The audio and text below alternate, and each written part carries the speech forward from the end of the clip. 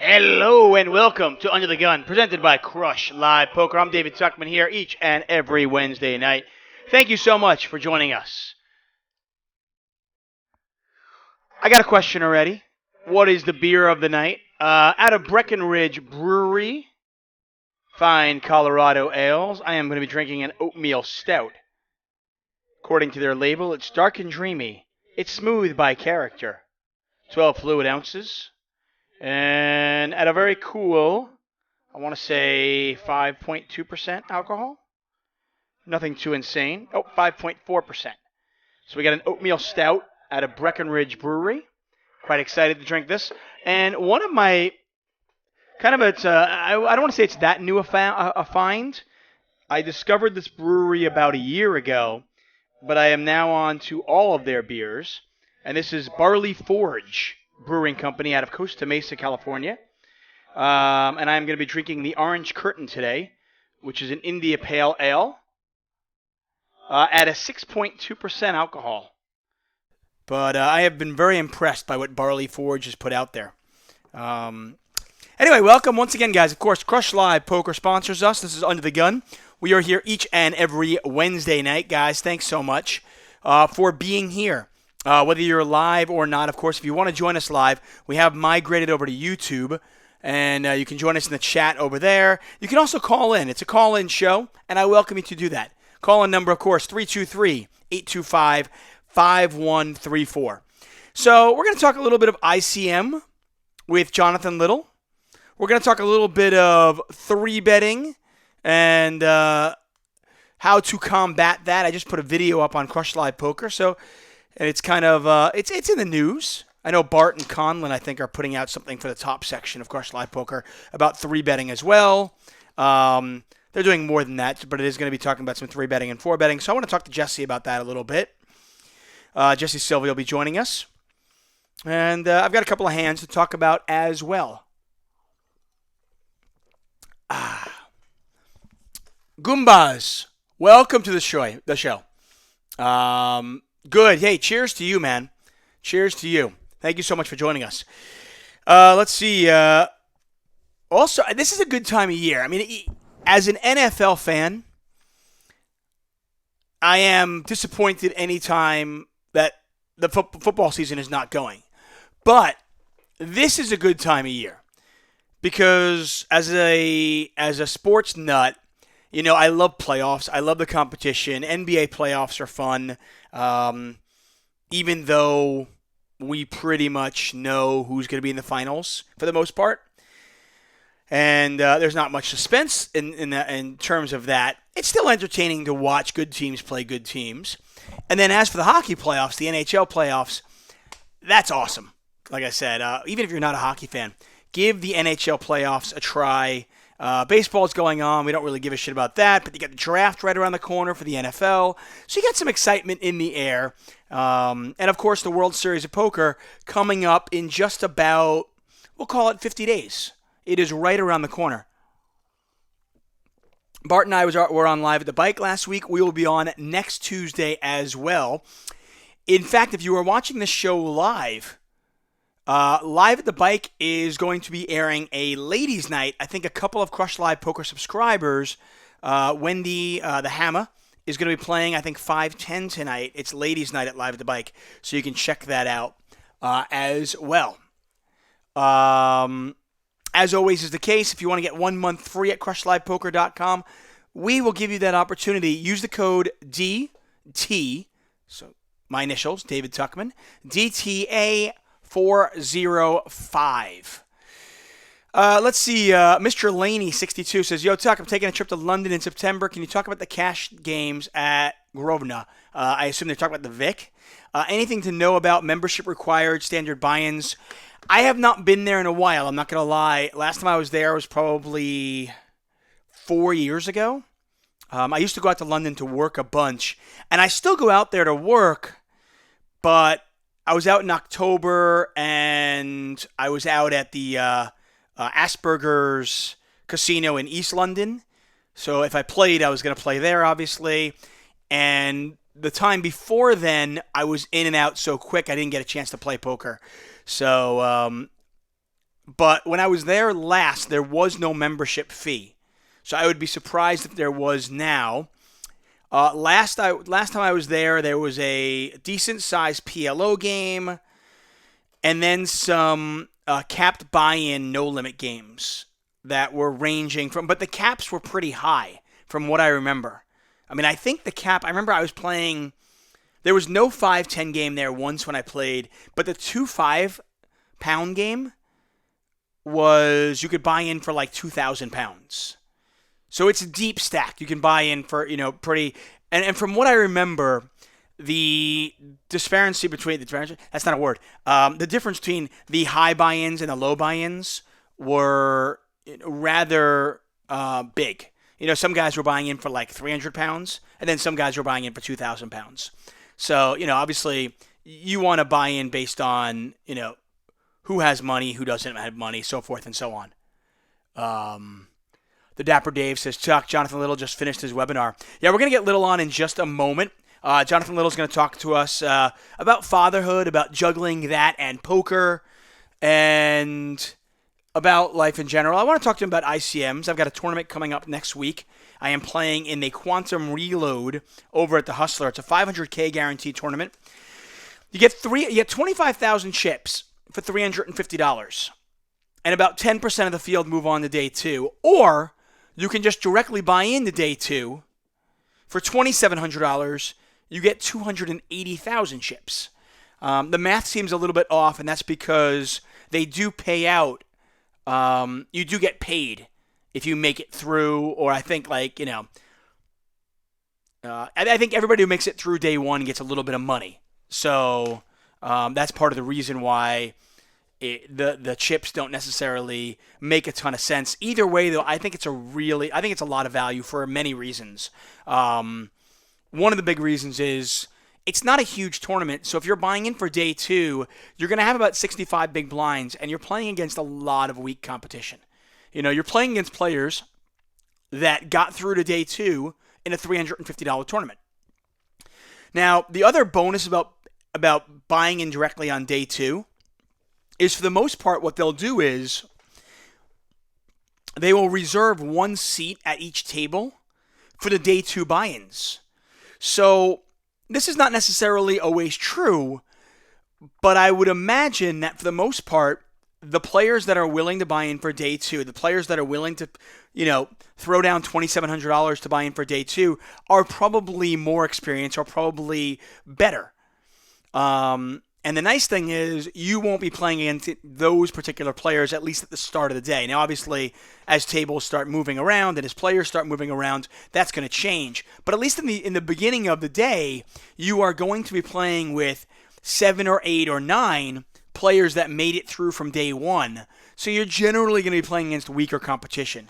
So I think the buy-in for day 2 makes a lot of sense, especially if you value your time, since it'll take, 10, 11, 12 hours to get through day 1, and then you've got to play day 2, or you could just buy in for day 2.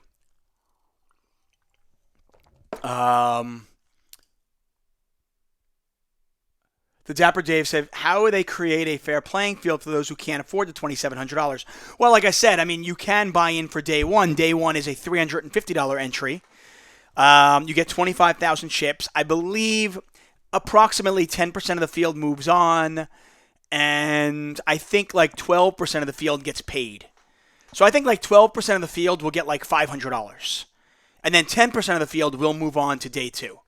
I kind of view that as almost like a mini satellite, but you get paid a little bit of money, which is nice at least. And that's kind of where that particular field is at. What am I doing here? What else is going on? Aaron Hernandez. The saga. I have heard all day long, what a tragedy. How sad.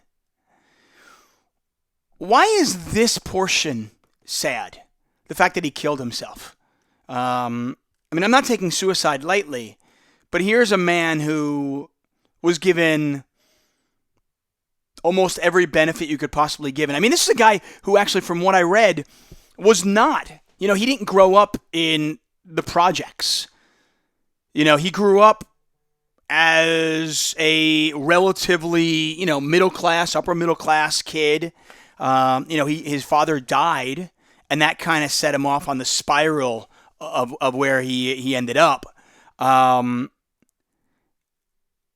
I mean, I guess it's sad or pathetic to waste that much God-given talent, but this is a guy who was literally given the keys to, he was given the keys to the Tesla, and he wrecked it going around the block. So Bart actually texted me and said, "Hey, should I wear my Aaron Hernandez jersey?" I said you should wear it next week when we do the Live at the Bike show.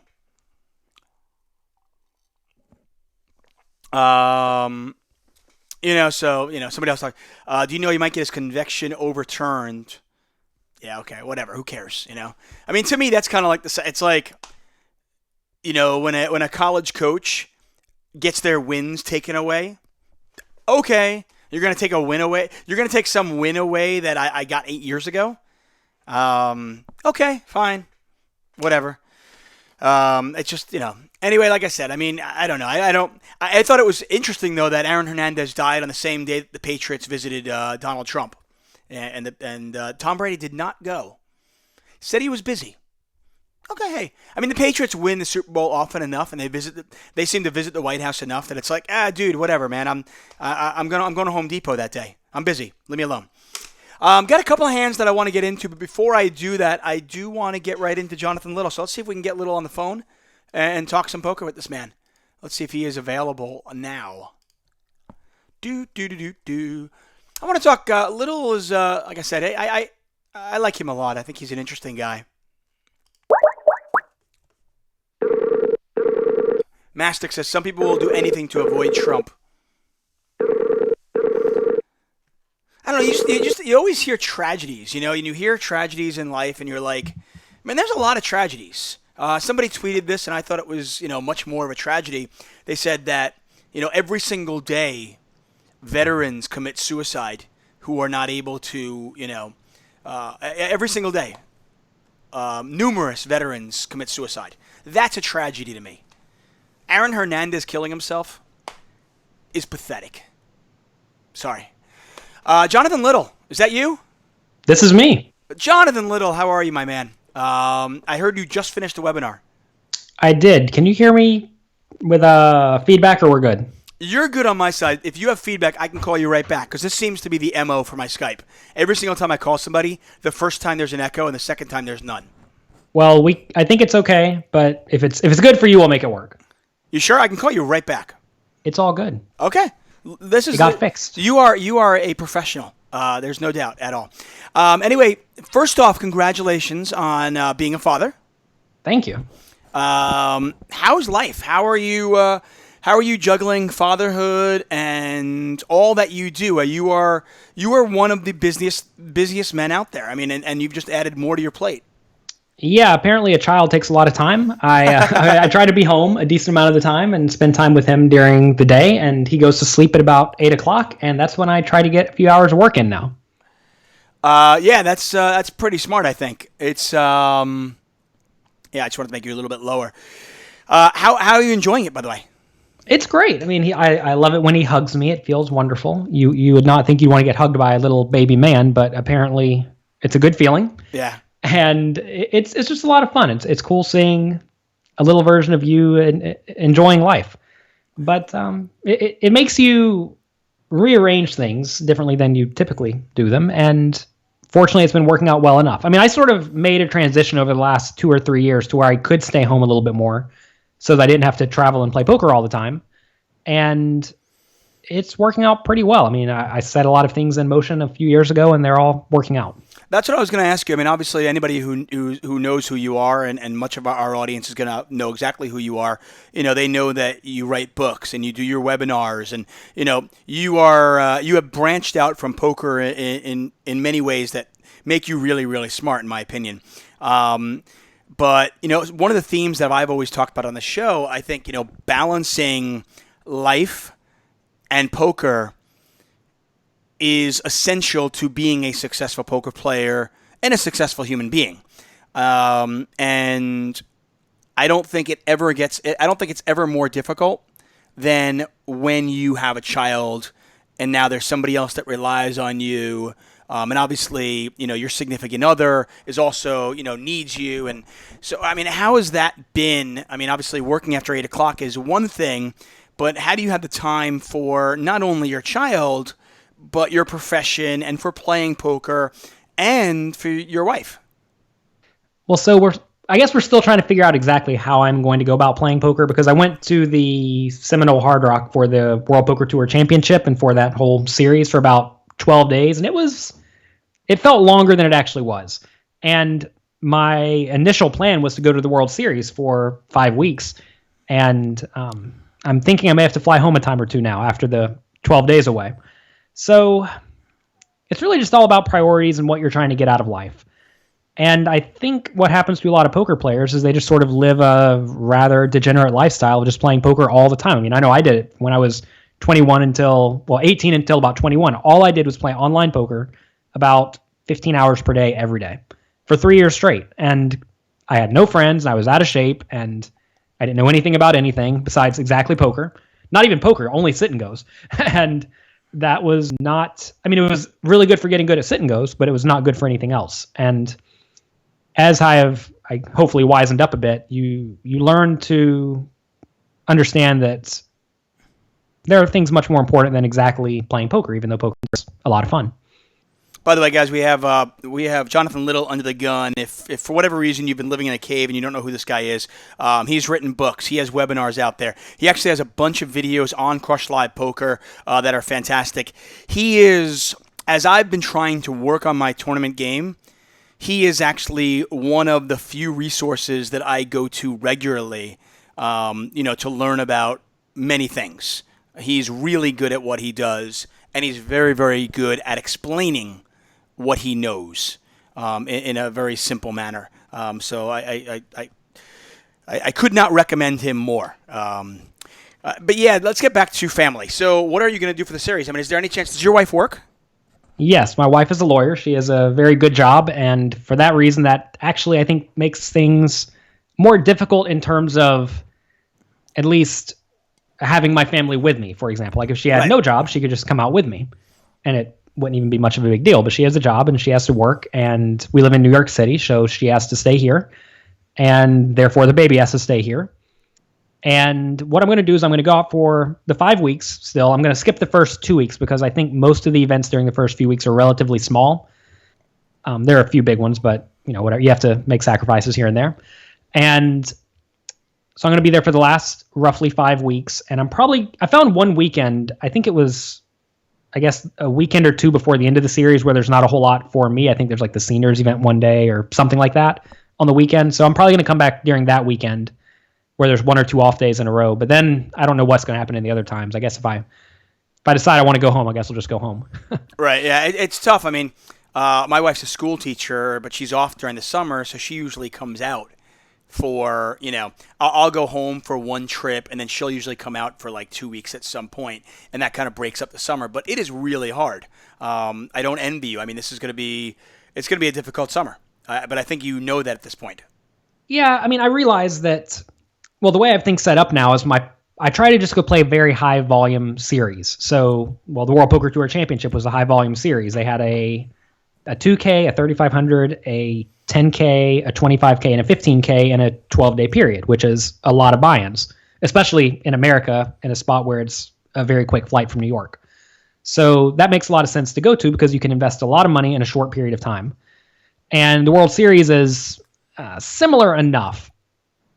I mean, I'm not going to say I'm ever going to skip the World Series, but the World Series is like almost skippable because every day there is something, but quite often if you only play no limit or PLO or limit hold'em like I do, it's just a $1,500 buy-in tournament, which is relevant. I'm not saying that's chump change or anything, but at the same time, there are like weeks of the World Series where you can invest $8K, which is a good amount of money, but at the same time, it's not an obscene amount of money. Like, you go to Florida and you invest, I don't even know what it was, like $50K in a week. Right. So, I'm definitely going to the World Series. I'm probably going to go to the World Series every year. And that is the one long trip of the year. So I understand that's the one long trip of the year. I have to go do it, and I'm going to go do it. Right. And I'm going to make the most of it. I think a lot of people get in their minds like, oh man, I really don't want to do, insert whatever they don't want to do, like go to work today or study this poker book or study this math book. I don't know. And that they end up not enjoying it and they don't make the most of their experience. And I am not really looking forward to being away from my family for 5 weeks, but I understand that's what I need to do as my profession. This is what I signed up for. And I also realize that when I'm at home, I get to be with my kid whenever he's awake.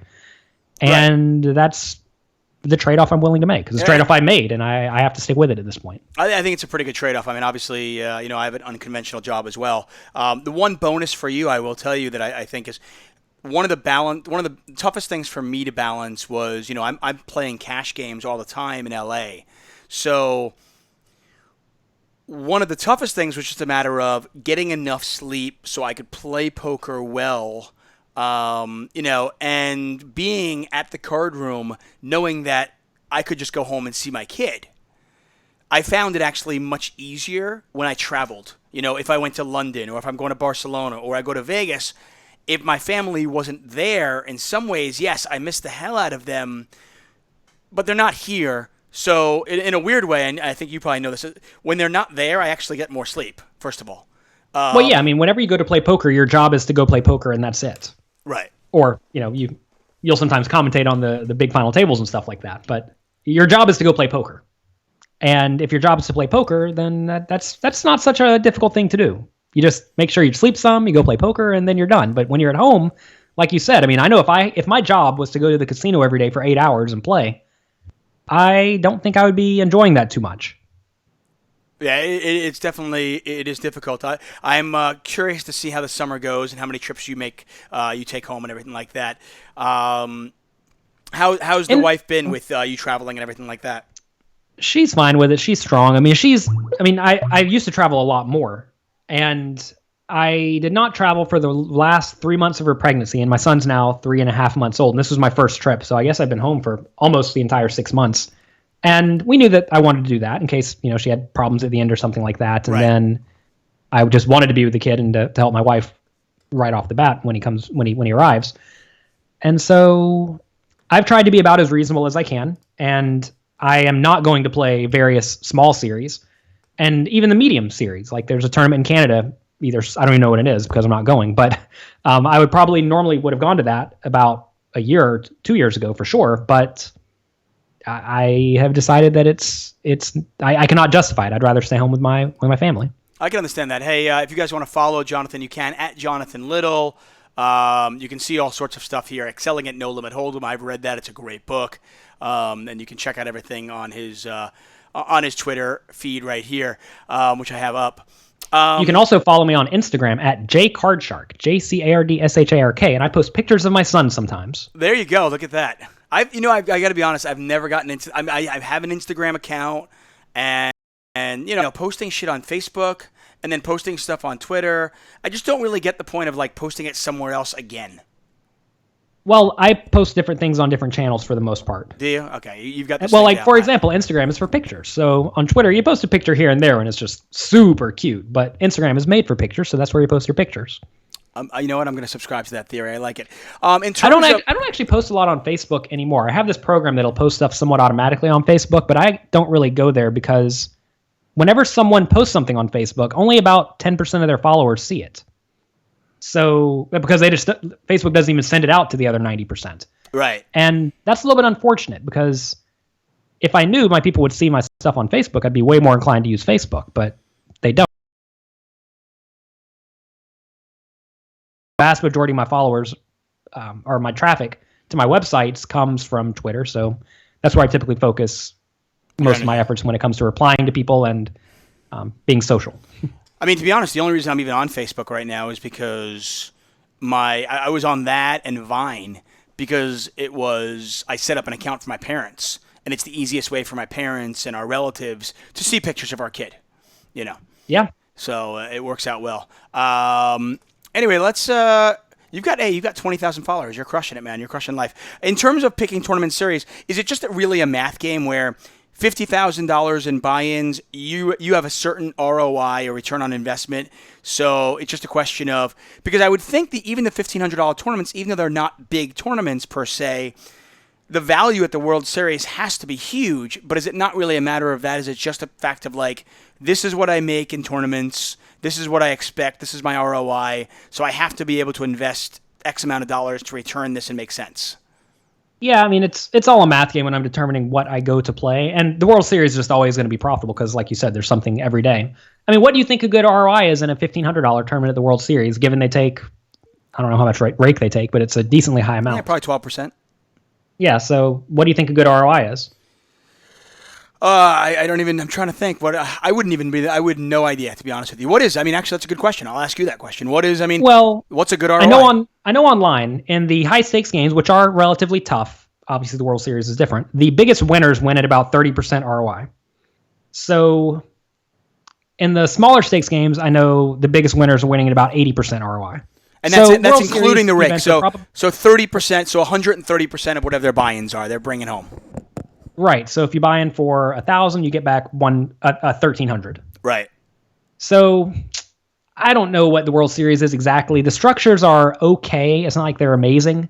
And I mean, the rake is relatively high compared to online. And so I don't know, maybe you're winning, let's just say you're winning 50%. I always try to be conservative when it comes to estimating these types of things because variance is crazy. You can go a long time without winning any of them. I've never won any World Series events. So let's say you make 750 every 1,500. I think that's probably reasonable. Okay. And so if you play 10 of them, you make 7,500 on average. Or not 7,500. How much do you make? No, yeah, 10 of them you make 7,500 on average, which is good money and certainly worth going to play. And but I can understand what you're saying. That's why I'm always going to go. Right, but I mean, I can understand what you're saying in the sense of if a week of World Series tournaments only adds up to $8,000 and you're making 50%, you're going to make $4,000 that week. But you've got a flight there, you've got a flight home, you've got hotels, you've got dinner, you've got everything else to your expenses, and you start looking at the numbers, and then you can compare that to, $50,000 at Seminole, and maybe even if your return on that is only 30%, obviously it's going to be significantly more profitable and make a lot more sense to spend your week there. At one you win 7,000 or 4,000, or at the World Series maybe you win 4,000 in a week, whereas at the World Poker Tour stop with a lot of big events, you win maybe 15,000 in the week, and that's what I try to look at. But at the same time, like you said, you are certainly going to win at a smaller return on investment as the fields get tougher. Right. And especially when you're looking at like $25,000 buy-in tournaments, the fields are very tough, and you may win at like 25% ROI or 20% ROI if you're very, very good. And I'm not even saying I'm winning at that. Who knows what I'm winning at? And but at the same time, if you can play one tournament, you'll probably play roughly 8 hours on average in the tournament. And if you make, let's say, 15% ROI, you make $3,750 in the day, which is a very good daily rate. Yeah, even though there is a lot of variance. Right. There's usually a lot less variance in those tournaments compared to World Series events because there are way fewer players in the field.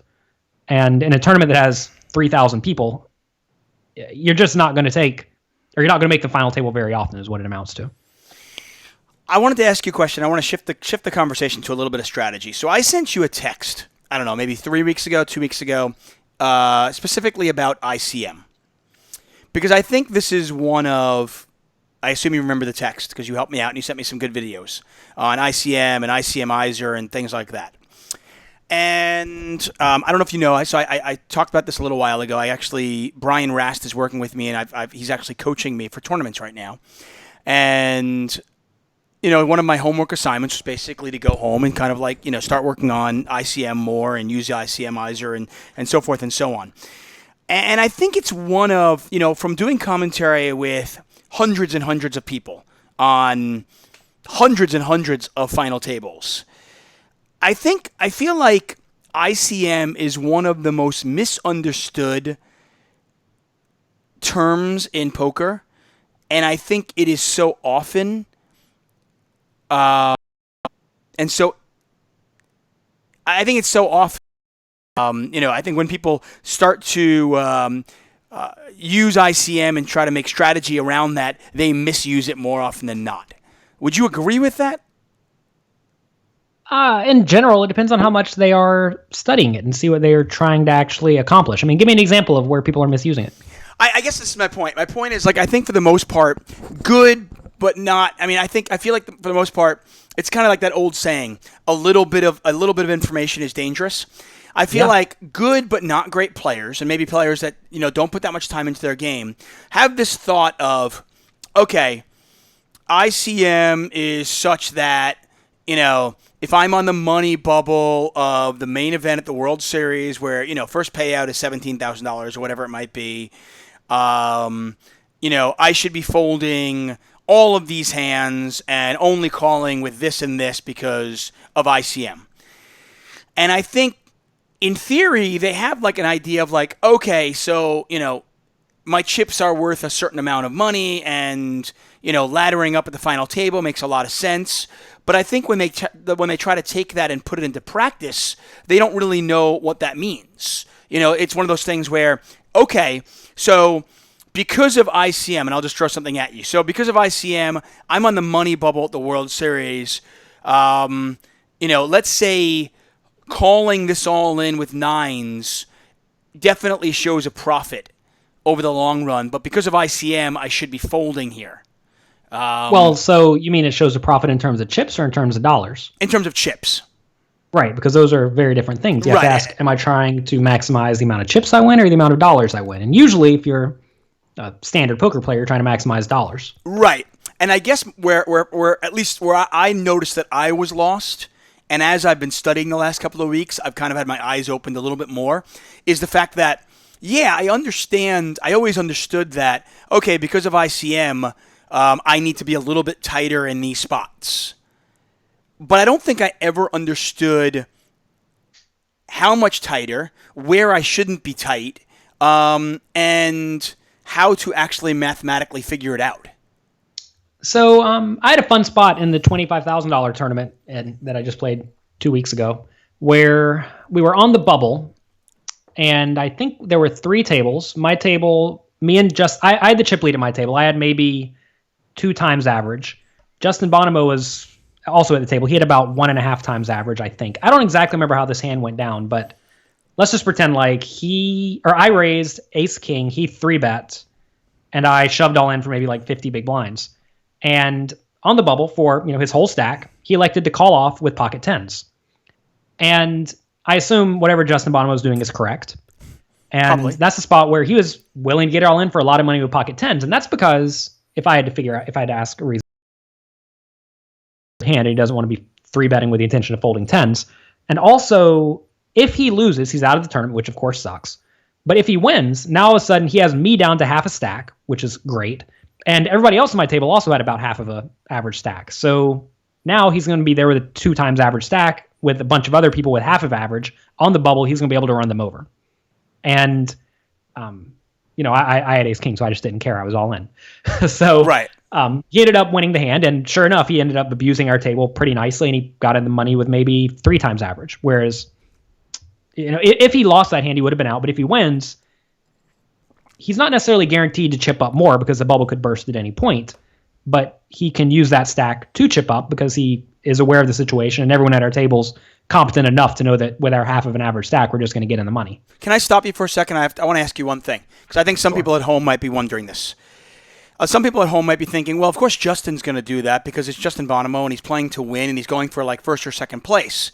But from I would completely disagree with that. Justin Bonomo is trying to win the most money possible. Okay, that's what I was going to say. But yeah, from a pure mathematical, just like, okay, I'm trying to make the most money, regardless of the fact that Justin is playing to win. It's not that it's, because I think some people mistake. They go, yeah, of course he can do that because it's Justin. He's got tons of money. But it's not. No, I mean, the people get tons of money because they're playing in a manner that wins them the most money. Right. I think that someone's going to all of a sudden start playing poorly in a manner. Yeah, it's a good point. It's a good point. I mean, by the way, I remember when Jason Mercier was making a run at 3 bracelets and for last summer, and he had all those side bets, and he was playing in a very gambly manner at the final tables, and it was obvious he was playing to win. But even then, it wasn't like he was playing in a manner that would maximize his financial gain, because he realized, okay, well, if I come in second place or third place, or even if I get knocked out in sixth place, yeah, I cost myself, $65,000, $100,000. But if I do win this tournament, I'm getting millions. Well, so what's happened is he's effectively changed the payout structure of the tournaments. Right. Only for him, though, which is...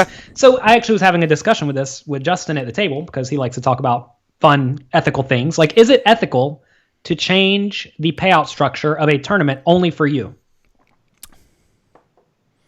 Because, I mean, this happens anytime people make a last longer bet, anytime you and your friend swap 5%. Anytime anyone does anything like this, it really changes things. But if I'm at a final table playing, and I don't know Jason Mercier has this bet where first place he gets $10 million, second place he gets $100K.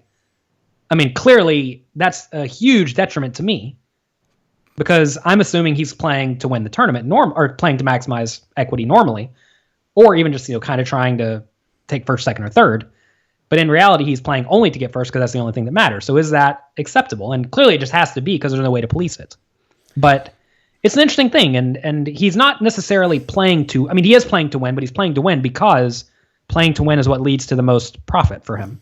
Well, there was a situation a few years ago when I was covering a final table that Antonio Esfandiari had an overwhelming chip lead against two other players, and he was abusing them. Because, I mean, as always is the case, there was a huge pay jump between second and third.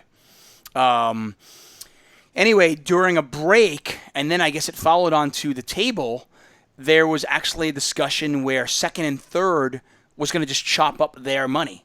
They were going to chop up second and third. Yeah, that would be smart. And Antonio was like, whoa, you guys can't do that. Yeah. And he called them on and so in theory, is it wrong for them to swap 50% with each other?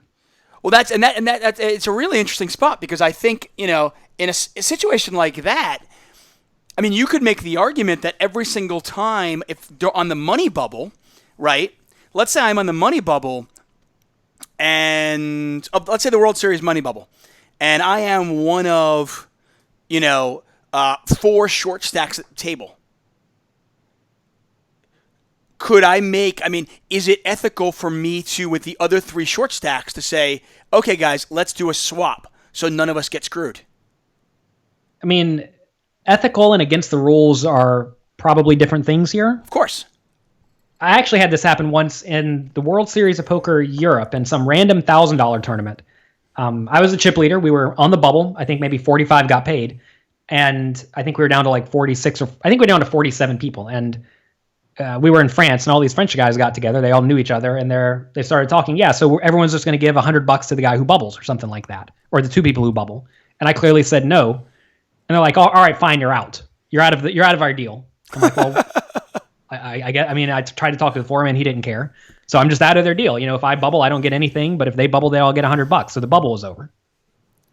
Right. And so what can you even do in these situations? It's hard to even do anything. Right. And obviously that the World Series, they don't do deals, so they could actually stop that, but but it's tough to police that off the table, obviously. But it's a tough spot. I mean, in fact, there's a Crush Live Poker subscriber who's playing on Live at the Bike right now, who she came in second place, I think, in the seniors event at Hustler a few days ago, or actually yesterday. But anyway, she posted good promo for Crush Live Poker. Right. Anyway, she posted something on Crush Live Poker where they only got like 83 entries, and they were paying 10, and they were down to 12, and they were going to call it a night. And all the seniors were like, "Hey, let's just chop it up so we don't have to come back tomorrow." And she was third in chips, and they weren't even in the money yet at this point. And I thought it was insanity to why would you even think about making a deal if I have a top 5 stack and they haven't even made the money yet? I'm going to abuse the hell out of these people. Yeah, I mean, you could certainly, if you're going to make a deal, certainly just don't evenly chop it. I know that they do that in a lot of small stakes tournaments all the time. They get down to roughly in the money, they just chop it up and go home. The guy who has half of the chips in play just gets a fifth of the money or whatever, and they're done. And I talk about this in my books whenever I get the opportunity. So basically, you should just never be chopping, especially if you have any sort of equity advantage whatsoever, because you are going to miss out on a lot of experience that could help you become a better poker player. Because when you do find yourself 5 or 6-handed in a World Series of Poker event against a bunch of good players, they are not going to chop with you, and then you're going to have no experience. So definitely make sure you get the experience when you can, especially when it's relatively cheap. I mean, I understand the final tables are not small amounts of money or anything, but at the same time, if you have aspirations to be playing much higher stakes at some point, you need to get your experience now. All right. But yeah, I mean, the people who are high up in chips, their equity is probably higher than it initially appears, even if they did an ICM chop, because they are going to push the table around some, presumably. Well, that was my kind of point. I said it is a dream scenario when you get to the money bubble or the final table bubble, whatever bubble it might be, and you have a ton of chips. I mean, it can even be in a bigger tournament. It can be the end of day one bubbles. I've seen that. That's actually a lot of fun as well. If you have chips, and you can tell there are a few people at the table that just want to bag.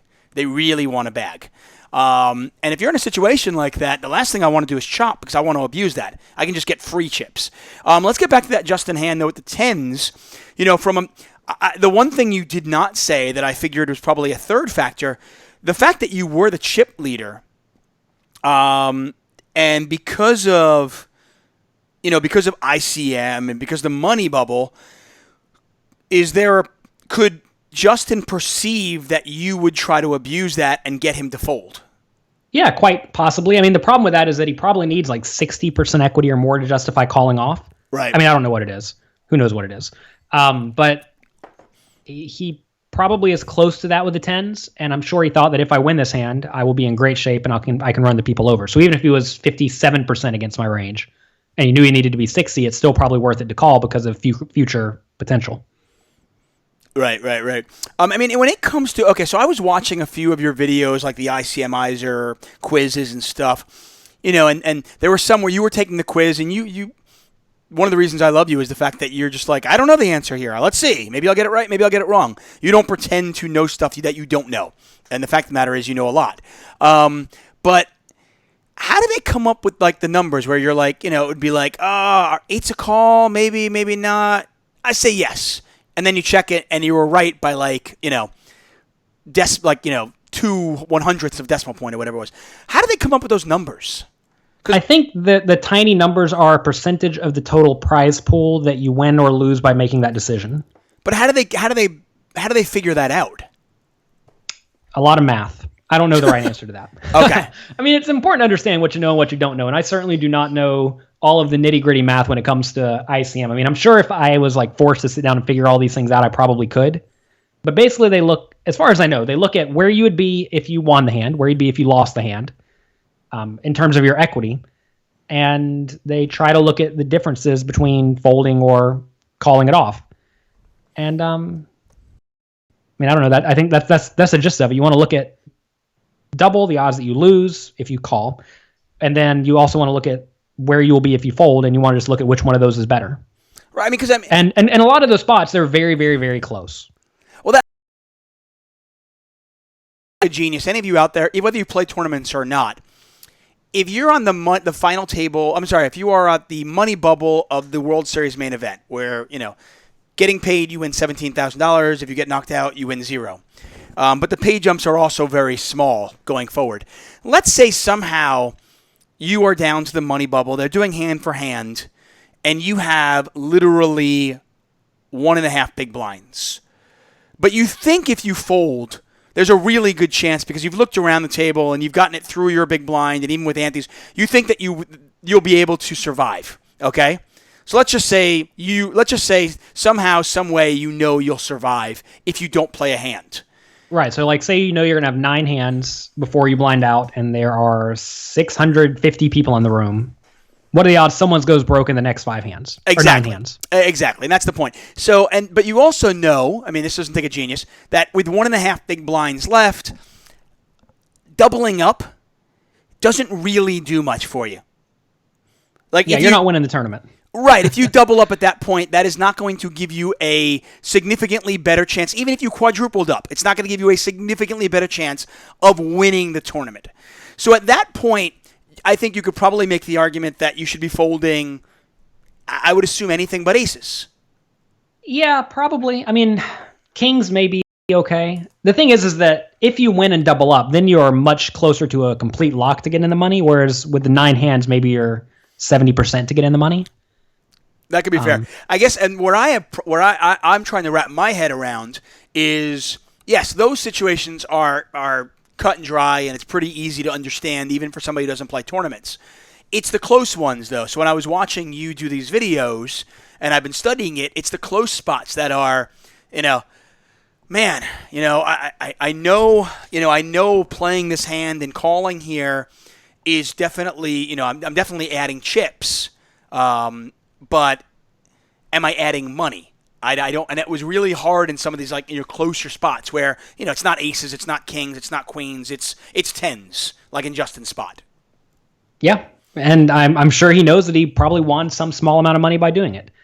The ICM stuff is really difficult, and I definitely suggest everyone go and experiment with it. ICMizer is a good program. I have a few videos. I think if you just search me on YouTube, Jonathan Little, and then ICMizer, ICMizer, I'm sure they'll come right up. I have a few videos of me playing with it there. Do you mind if I put a few links up in the Crush Live Poker forums?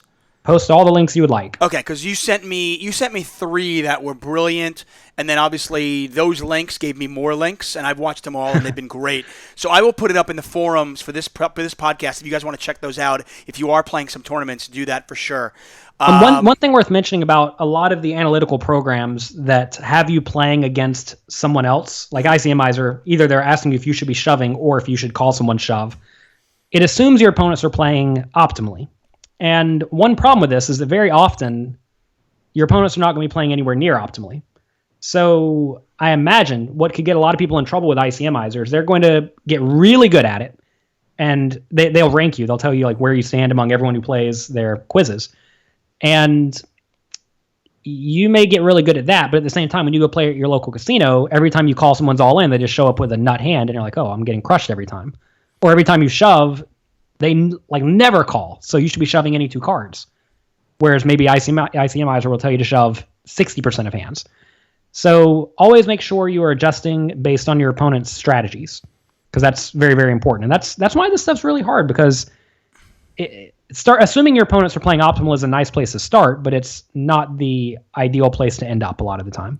I mean, you've played enough of these tournaments. You've been enough money bubbles to know that optimal is doesn't even begin to describe what players are playing. I've been at end of day one tournaments where they just end day one where half the table is not playing a hand. Yeah, that's not a good strategy a lot of the time. You have to understand the end of day one is completely irrelevant, because the end of day one is just like the first day of day two, or the first hand of day two. It does not matter in the least bit. And in theory, if you value your time, you would much rather bust at the end of day one. And you'll actually see really good players doing the opposite. They may be trying to shoot it off at the end of day one, or double up, because they know if they come back with half of an average stack that's worth, I don't know, some small amount, they would much rather just buy into another tournament and start over. But obviously for the World Series main event, for a lot of amateurs, getting through day one that's huge. They want to call their friends, they want to tell their wives, they want to tell their husbands, whoever it might be, their poker buddies. On the day two, buddy, bag 27,000, bag 30, whatever it might have been, I don't care. I bagged. I'm on day two. Well, people play poker for various reasons, and a lot of people tend to be very proud of the accomplishments that they have, and for that reason they try to find accomplishments. And making day two is a very clear thing that you can say that you did, right? Especially if you don't play very many World Series events. Like, I played one World Series event and I made day two. I did it. Right. And I think as people get more and more successes in their life, they stop really relying on things like that. And they don't really worry about accomplishments much at all once they get to some point. And I don't exactly know how you get there beyond just having a lot of accomplishments, but you can't worry about the small victories is what it amounts to. It's nice. The problem is that it's not even a victory. Making day two is not a victory because you get no money. You get nothing for making day two. And even getting in the money it's going to sound bad. It's just it's not a good result. It's a nice result, but it's not even a good result. I know Daniel Negreanu did this study of World Poker Tour champions a while back, or World Poker Tour players, anyone who had played more than, I think, 50 World Poker Tour events. And there were two people who were humongous losers, and they actually had the highest cash percentage. So... Did he name the names? Yeah. I assume, was one Alan Kessler? I don't think he had actually played enough up to this point, but Okay. I'm sure you can find this if you go digging it up. Fair enough. For it. I mean, no, but I mean, But yeah, anyway- people know if you play tournaments to min cash, you're going to lose money. There's just no way you're going to win money. And I think these guys cash like 28% of the time, which is a lot, but they literally never won and got nowhere close to winning. And I am sure they were so happy every time they min cashed because they did it. They got their money back. They won, but they didn't really win. They just lose a bunch. And you need to look at what actually matters. And a lot of people get, I guess, blinded by things that just do not matter. Something that I've been working on, and it's been a struggle for me just because I don't play a lot of tournaments, and I've been working with Rasto on it because he's great at this in the sense where he basically noticed, he's like, Tuck, you can't stop holding on to the tournament like it's a baby. And he said, I understand you don't play a lot, so the few that you play each year, you want to play your absolute best and you want to hold on to it. And he's like, yeah, you should strive to play your best, but you also can't be afraid to lose. Play this tournament as if, play as well as you can, but play this tournament as if you play 200 and not just 5. Yeah, I mean, that's a tough thing for a lot of people because like you said, you only get to play so many tournaments per year, and they are very important to you. I actually did a webinar with Phil Hellmuth a month ago, and he was talking about how the reason he thinks he started acting kind of like he acts is because in the first few World Series of Pokers, you only get to go play 8 or 10 tournaments. And if you lost the first 4 or 5 of them, well, half of your year is shot. And that's the case for a lot of amateur poker players. They get to play 5 or 6 tournaments per year, or even 2 or 3 per year. And they really don't want to lose because if you lose, it means that it's over. And you got to get out of that mindset is what it amounts to. You have to play your best, and playing your best often means playing in a manner that leads to you going broke some portion of the time. If you look at poker tournaments, most people lose, and that's okay. It is okay to lose. And I think that's another thing a lot of people have problems with is that they do not know how to lose. They are not accustomed to losing because a lot of the people who can afford to go buy into a $10,000 World Series main event, they're probably pretty big winners in life. And, talking about among amateur players. Right. Because who has $10,000 to shoot around? I mean, I know I sure didn't before I found poker. And they're not used to losing, and they don't want to lose is what it amounts to. And that's understandable, but losing is part of poker, and if you play well, you will lose a lot. Once again, guys, Jonathan Little here. You can follow him at Jonathan Little. What's up next for you, buddy? Well, I'm currently working a lot on my poker site, pokercoaching.com. We have a lot of interactive training videos there, and I host monthly webinars, and I post homework questions, and I grade all the homework questions, so it's almost like I'm a college professor now. So people can check that out and get a free day trial at pokercoaching.com.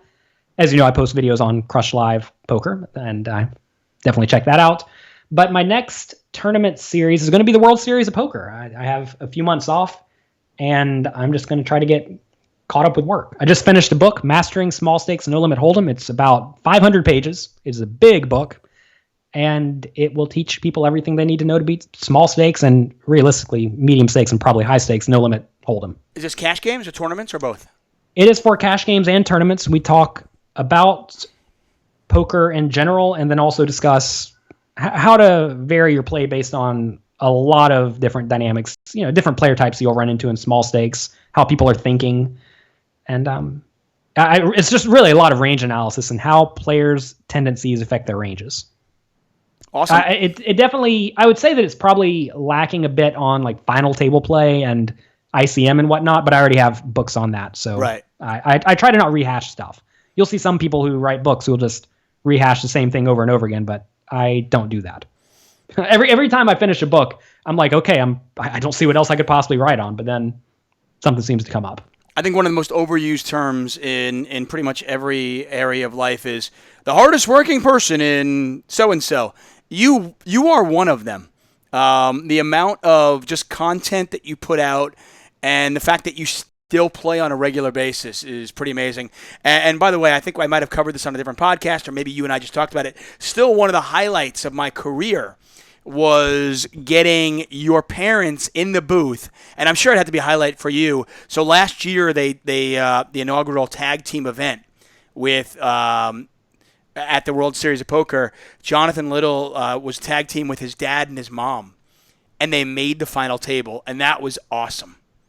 Yeah, it was a lot of fun. My parents did a lot of the good work. My dad, every time he would sit down, he'd play for a while, then eventually bluff off almost all of our stack.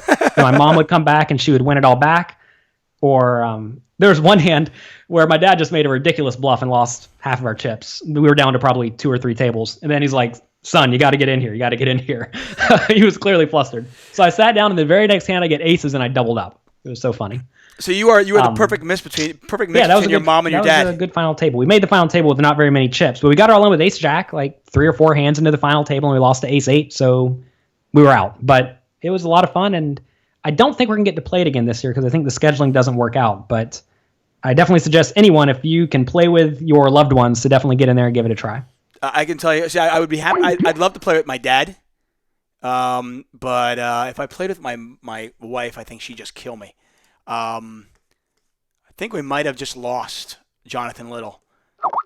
I am going to call him back and basically say goodbye. Once again, you guys, you are listening and watching Under the Gun. We are sponsored by Crush Live Poker. You can get 1 month free using the code DTA405. Actually, sorry, DTA404. Pardon me. Next month, it'll be DTA405. Little, you are back. My bad. Apparently, my internet decided to stop working. You know what? This internet thing, I've actually had to, believe it or not, I had so much internet issues for my house that I actually have a separate dedicated internet line just for my office now. So I have a residential line for my house, right, which I thought would be good enough for the entire property, but I now have a separate business internet just for this. You might as well go ahead and get another one for when this one breaks. Right, exactly. I feel like I should have a backup to this backup. It's ridiculous. I mean, all the online poker players, they all have 2 or 3 internets. It's worth the cost. We were talking about final tabling with my parents. Did you hear everything I said, or did it get rid of me? No, we got you. We got the ace jack versus the ace 8, and you said I highly recommend that you play with your loved ones if you can. And then I followed that up with, if I played with my wife, I think she'd kill me. Yeah, that might happen. I mean, really, it was a very different environment than any other poker tournament because every person in the tournament had at least one person railing them, and more like 2 or 3. And so the rail was incredibly deep throughout the entire tournament. It was a thing to see. It was a lot of fun. I'd like to see them maybe a couple of small changes to it. Oh yeah, they need a few amendments. You know, I mean, maybe I was thinking. First of all, there's no reason to have breaks. Right. And I also think you can play a lot longer. Because, I mean, that's the whole point of it. That kind of forces everybody on the team to play. And then I wouldn't mind, if you're going to go down this road and have tag team, why not give each team, I don't know the correct number, but a number of ask a teammate, where you can take 30 seconds or a minute and go talk to your teammate about a particularly tough hand or tough spot. That would be relatively hard to implement, but I think that would be a lot of fun. I mean, why would it be that hard? If I give each team 3 chips, which are like, redeemable whenever you want, but if you use them early, you're screwed. And they are, you turn the chip into the dealer, and that gives you, 1 minute to get up and go talk to your teammate about a particular hand. Then you come back and make a decision. All right. So first problem is, how do we know they're going to talk to their teammates? As opposed to somebody else who's better. Okay, fair enough. Or to a group of people, or to a cell phone where they can text all of their friends. Yeah, I mean, I guess that could be a bit of a problem. I guess part of me assumes that anybody they'd be calling would also have other people in the tournament and be on a team, and they wouldn't want to, and Certainly, there's people are going to try to be sportsmanlike with it, but at the same time, you're going to have some people who act a fool and try to ruin it for everyone. I mean, anytime there's money involved, there's always going to be somebody out there that's trying to take advantage. Well, I mean, imagine there's just an ICM spot deep in the tournament. All right, I'm going to go call my friend. Then you just get out ICMizer on your phone and you run it, and now you know the answer. Yeah, I mean, I guess my point would be you only have 3, so you've got to pick when to do it. Maybe that's not the best idea. I mean, you've very quickly poked holes in my game. I'm just trying to figure out a way. I'm like, if you're going to have a tag team, why not make it really fun? Yeah, so I think that you definitely need no breaks. That seems obvious. You also need to ensure that everyone plays some number of hands in some set period of time. Like every 4 hours, everyone has to play or something like that. And the problem is with no breaks and very long days, you can't really expect people to play every 4 hours because then they have to sit up there all day. Right.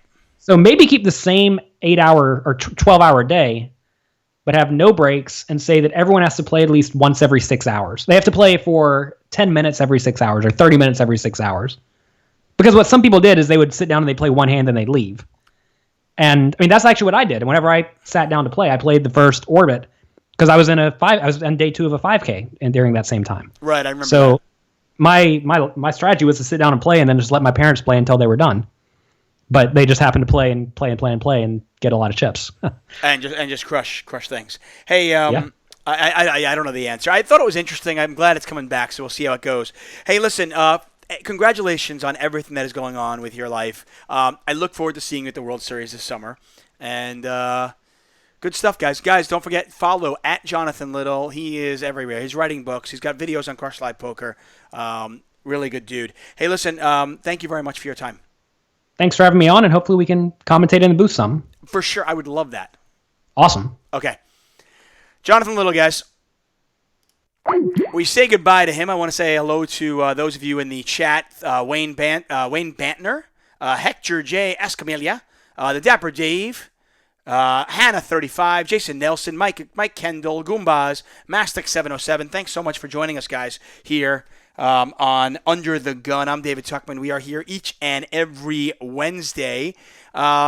Still have a hand I want to talk about, but before we do that, let's get to Jesse Sylvia, because I want to talk to him about what's going on with his life and what is and I want to talk to him a little bit about 3-betting.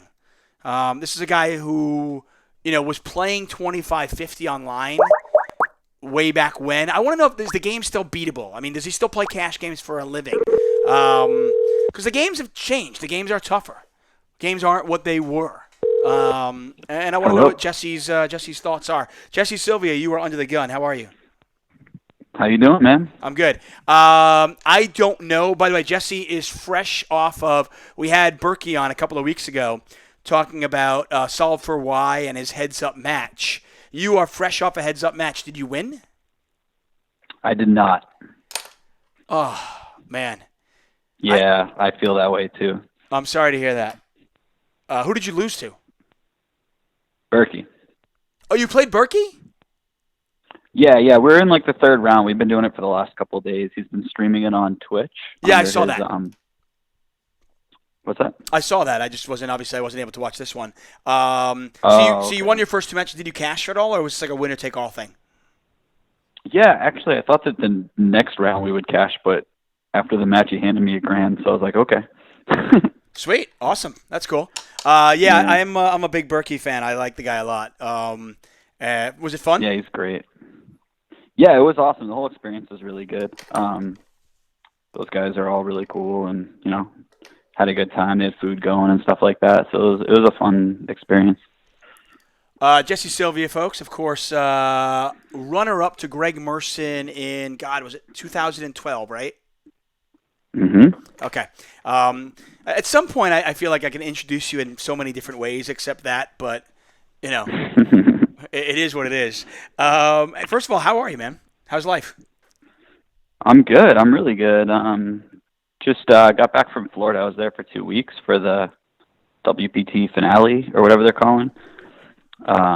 They do it's actually a really sweet series. They do like a 50K, a 25K, a 10K, like a 3.5K like they usually do for WPTs, and a 15,000 tournament of champions at the end. Right. Which I had a seat to or whatever because I won at Borgata, and that was really cool. They took amazing care of us, and it was a really well-run tournament, and it was just everything just went really well. I also did all right in it, so I was happy about that. Yeah, I got to give the WPT credit because there was a point where, obviously the WPT, I think in many ways had as much to do with the poker boom, 15, 16 years ago as, as a lot of other things. Mm-hmm.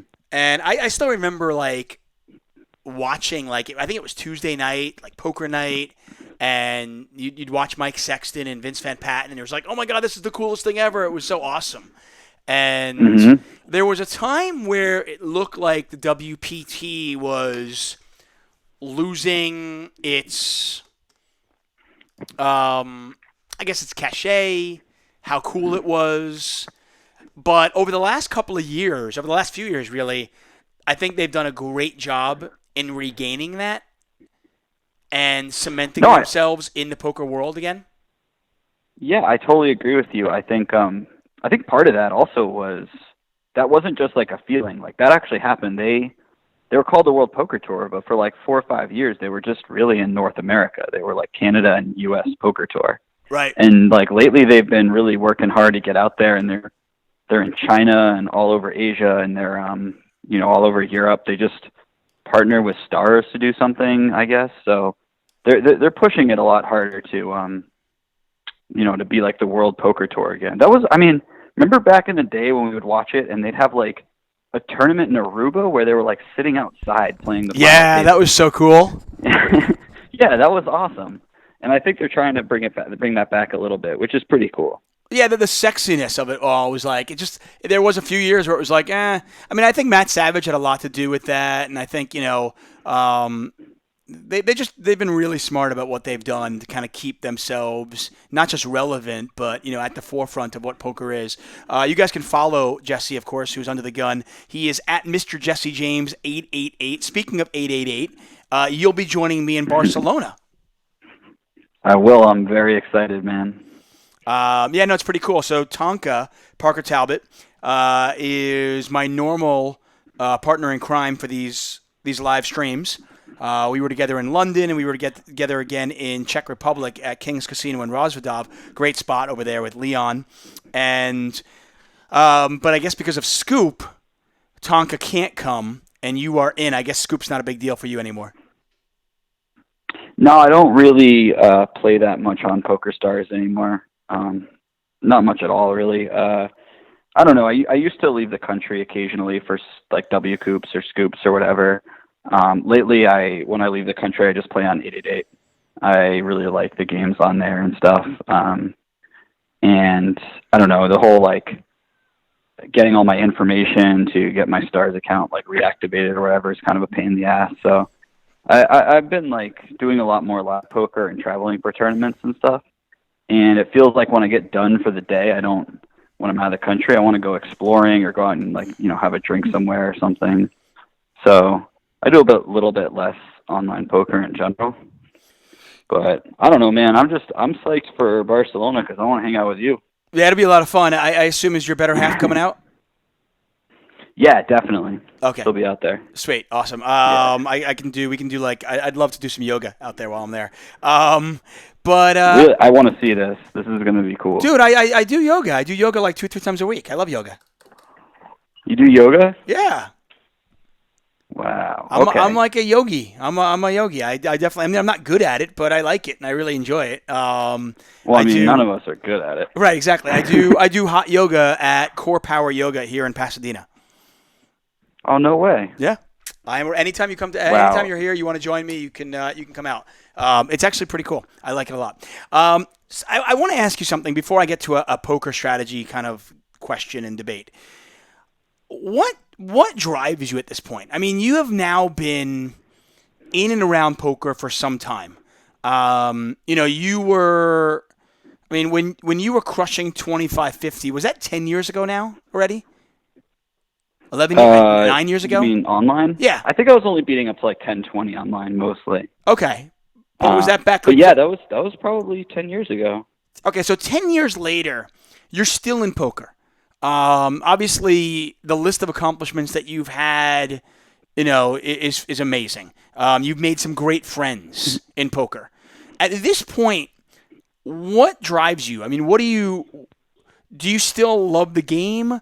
Is it for money? What pushes you? I think it's a few things. I think part of it is definitely that I love the competition. Every time, I have like a stretch where I'm not doing well in tournaments, it kind of gets me fired up to play some more because, I don't want to ever feel like I'm like not good enough or something like that. Right. So I often, I'll go into these periods where like I'm running pretty good, and maybe I don't like study enough or whatever, and then I'm probably mostly just running bad and playing similarly, but you go into like a little slump, and then you get reinvigorated, and you want to play more. Also, I really feel like whenever I take a big break, Ashley will be watching some poker, and I'll check it out, and I'm like, oh, I would have played that spot differently, and I'd be like, oh, I want to try this in this spot because everyone seems to do this, and then all of a sudden I'm all fired up to play again. So do you still play cash games? Every time I try to get out, they keep bringing me back in. Right, exactly. Hey, do you still play cash or no? Yeah, I play a lot of cash in Vegas. A lot's a stretch. I mean, I play a few times a week, but there's generally pretty good games out here, and I still like kind of consider myself a cash player. I only play like 40 or 50 tournaments a year, which sounds like a lot, but if I was like a professional tournament player, I should be playing a ton more than that. So I still think of myself as a cash player mostly. How would you? Even though, like, I guess a lot of my success has been in poker. Right. Has been in tournaments. Oh, guys. Well, I mean, known success, of course. I mean, obviously, you could be the best cash game player in the world, and you'd still be anonymous. Nobody knows who you are except for the people in the poker community. But in terms of if I was the best cash game player in the world, you probably would know it. I guess. I mean, I'll put it this way: if I were to ask my dad to name like 5 amazing cash game players, he'd have no clue. And my dad likes poker. Yeah, you're right about that. You know what I mean? If you just ask a lot of the glory is for sure in tournaments. Yeah, I mean, it's just that's where you get on TV, and that's where people think somebody sees somebody on TV, and they're like, oh, he must be great. You made a tournament. You're amazing. No, definitely. How have the cash games transformed in the last over the last decade, over the last 5 years? What things have you noticed? I mean, the games. I assume the games are much harder. Yeah, they've the games in Vegas. I mean, the games everywhere have gotten more difficult. Obviously, like online has moved a lot faster towards incredibly difficult levels. The Bellagio was where I mostly play. Right. Maybe like Bellagio, Wynn, Aria. What stakes are you playing these days? Generally, whatever's running. We've played as high as like 100, 200 before when like businessmen from Macau are in town, and right. Like I'll play 5-10 if the games aren't good or whatever. So I mean I'm a pretty big believer in live poker. Is a lot about game selection. So I'll be anywhere in between those stakes. But yeah, the games have definitely gotten a lot tougher. We've seen a lot of guys that used to beat those games that have either moved down or moved out of the city or just fallen by the wayside. And like the guys who stuck around are just the toughest ones. We've also like. One thing that I've really enjoyed watching over the years is the people who stick around the games create a great gambling atmosphere, especially at the highest stakes. There's not a lot of like poker talk at the table. There's never like any berating or anything like that. It's mostly just guys creating a good atmosphere. So when recreational players come in, they have the best possible time that they can. Right, guys who get it. Guys who just like they get what they're there for, and they don't screw it up. Yeah, so it's like on the one hand, the games are tougher, and that sucks. But on the other hand, at least like the people who stuck around are smart people, so they know how to cultivate good games, how to keep them going and stuff. Right. That's a really important factor. Like if you're sitting around with 8 guys that are really really good at poker, and also put on headphones and a hoodie and don't talk to anyone when they're at the table, like. That would be an absolute nightmare, and poker would be very close to dead at the Bellagio, but that's not really the case. Yeah, I mean, I noticed that, while poker is getting tougher without a doubt, I feel like the players today, what is more true than it ever has been in the past, is really like you have to work on your game. If you're not working on your game, you have to assume that the other players are, and they are going to get better than you pretty quick. I mean, I assume, are you still actively working on your game all the time? Oh, all the time. I mean, I'm always like, if I'm not like going over certain spots and looking at ranges and stuff like that, I'll be, I'll be watching tournaments where I play with the players at some final table a lot, and I'll be looking for things that they do that, is still exploitable. Tournaments are kind of interesting too when you study tournaments, because where like cash games players are a little bit more unexploitable, tournaments are like by nature a lot more there's a lot more exploitable play. So there's a lot of room to like come up with ideas and concepts that are kind of unique, and there's a lot of room to find out what the general population is doing and exploit that a little bit. So why? I mean, in what way? I mean, can you elaborate? First of all, because you're never like in cash games, I might play. You know, we have a guy named Piano Mike. I might play 10,000 hands a year with Piano Mike at the table. Right. So, you know, I'm going to focus on having like pretty balanced ranges, and I'm going to do certain things. I'm not going to get out of line in certain like spots or whatever. But in a tournament, you know, I might be playing 30 hands with a guy, and I'll never see him again. Yeah. So if I want to, like, let's say that I think that he opens too much from the cutoff. If I want to 3-bet 85% of starting hands, something like that, and I don't know if I'm getting like way too technical, but if I want to do something like that, like, he has to figure out and adjust. If he doesn't, like, I'm just going to win a bunch of money off of him. And, like, the fact of the matter is what I'm doing isn't really terrible until, you know, he's balanced. So, and then, you know, if you have that situation where he's opening a lot and I'm 3-betting a lot, all of a sudden some guy who's in the small blind might be really smart and be like, hey, it seems like Jesse has way too high of a frequency, so then he goes after me, and then maybe I figure that out and I go after him. So there's like all these leveling wars that happen more in tournaments because you don't have like a big enough sample size to really care as much about balance. It's still good to be balanced, but there's a lot more little exploits that people can make. Right. I and then on top of that, you have this. Sorry, what's that? I can understand that. I mean, because obviously I'm playing cash most days, and you know, it's one of those things where the good players, I think, are really aware of. You know, like let's just say, for example, the fish opens under the gun 1. You know, I ISO 3-bet, and then another good player at the table will 4-bet because they know what I'm up to. And I think in a cash game, that's, you know, I play with this guy every day, so that's something that, you know, he can't do that too often, and I for the same reason I probably can't ISO 3-bet too often. But I guess in a tournament where you're only getting whatever 50 hands, 30 hands, whatever it might be, the question of how quickly somebody adjusts and how quickly somebody out adjusts the other person goes the victor basically. Yeah, and I mean, you could approach tournaments in the way that you could have really, really like flawless ranges where you open a certain amount and you fold like X amount to a 3-bet, and it's very, very difficult to exploit you. But if you do that, you're just not going to make as much money as somebody who plays like an exploitable game but is really smart about it. Right. And we're in this, you know, to win as much money as possible. That's how we keep score. So you kind of have to give in to like the I'm going to be a bit exploitable concept. And then once you do that, you know, then like it's like a can of worms is open and everyone's out, you know, trying to figure each other out and trying to outplay each other to some extent. So it's kind of interesting. You also, I mean, the beauty of tournaments too is that no two spots are ever the same. Yeah. Like some guy might 3-bet you twice, right? And then the third time he 3-bets you, he like never has a bluff because he's not. He just knows like you might play back at this point. You get sick of him. But then let's say that somebody's played pretty tight. He's peeled a lot. And then all of a sudden, he loses like half of his stack, right? Or let's say he's been 3-betting you a lot, and then he loses half of his stack, and now he has a really bad stack to 3-bet, and he 3-bets you. Like, that might be, like, the time he has the hand.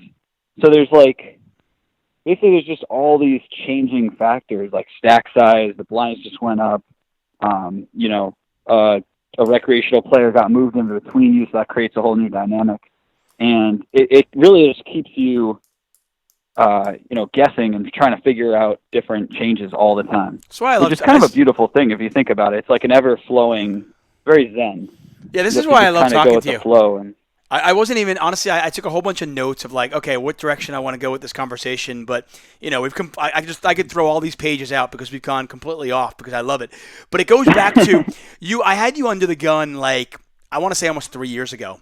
And I was in upstate New York, and I was doing a show, and this was, you know, it might have even been 4 years ago at this point. I don't remember. But I wanted to talk to you about your coaching experience with Vanessa. And we talked about that and everything, and something that you brought up that I think a lot of cash game players think, they think, oh, donkaments, tournament players suck, da-da-da-da. And I think there's this, like, almost snobbery among, winning cash game players where they just assume they go, oh, yeah, tournaments are easy, they're stupid players, da-da-da. And you came on the show and we started talking about it, and you're like, I thought that. But the more I study tournaments, the more I realize it's just a different skill set. And a lot of what you just said echoed what you said 4 years ago, I think it was. That's awesome. I swear I remember the conversation where you were just like, yeah, I've got to pay attention to, how many times this guy 3-bet, but now he just lost a third of his stack. But wait, the guy in the small blind only has 11 big blinds, so would he be doing it here and then isolate it because then he's going to be committed to this guy if he shoves, and there's all these different factors of like, oh, when should I start limping in?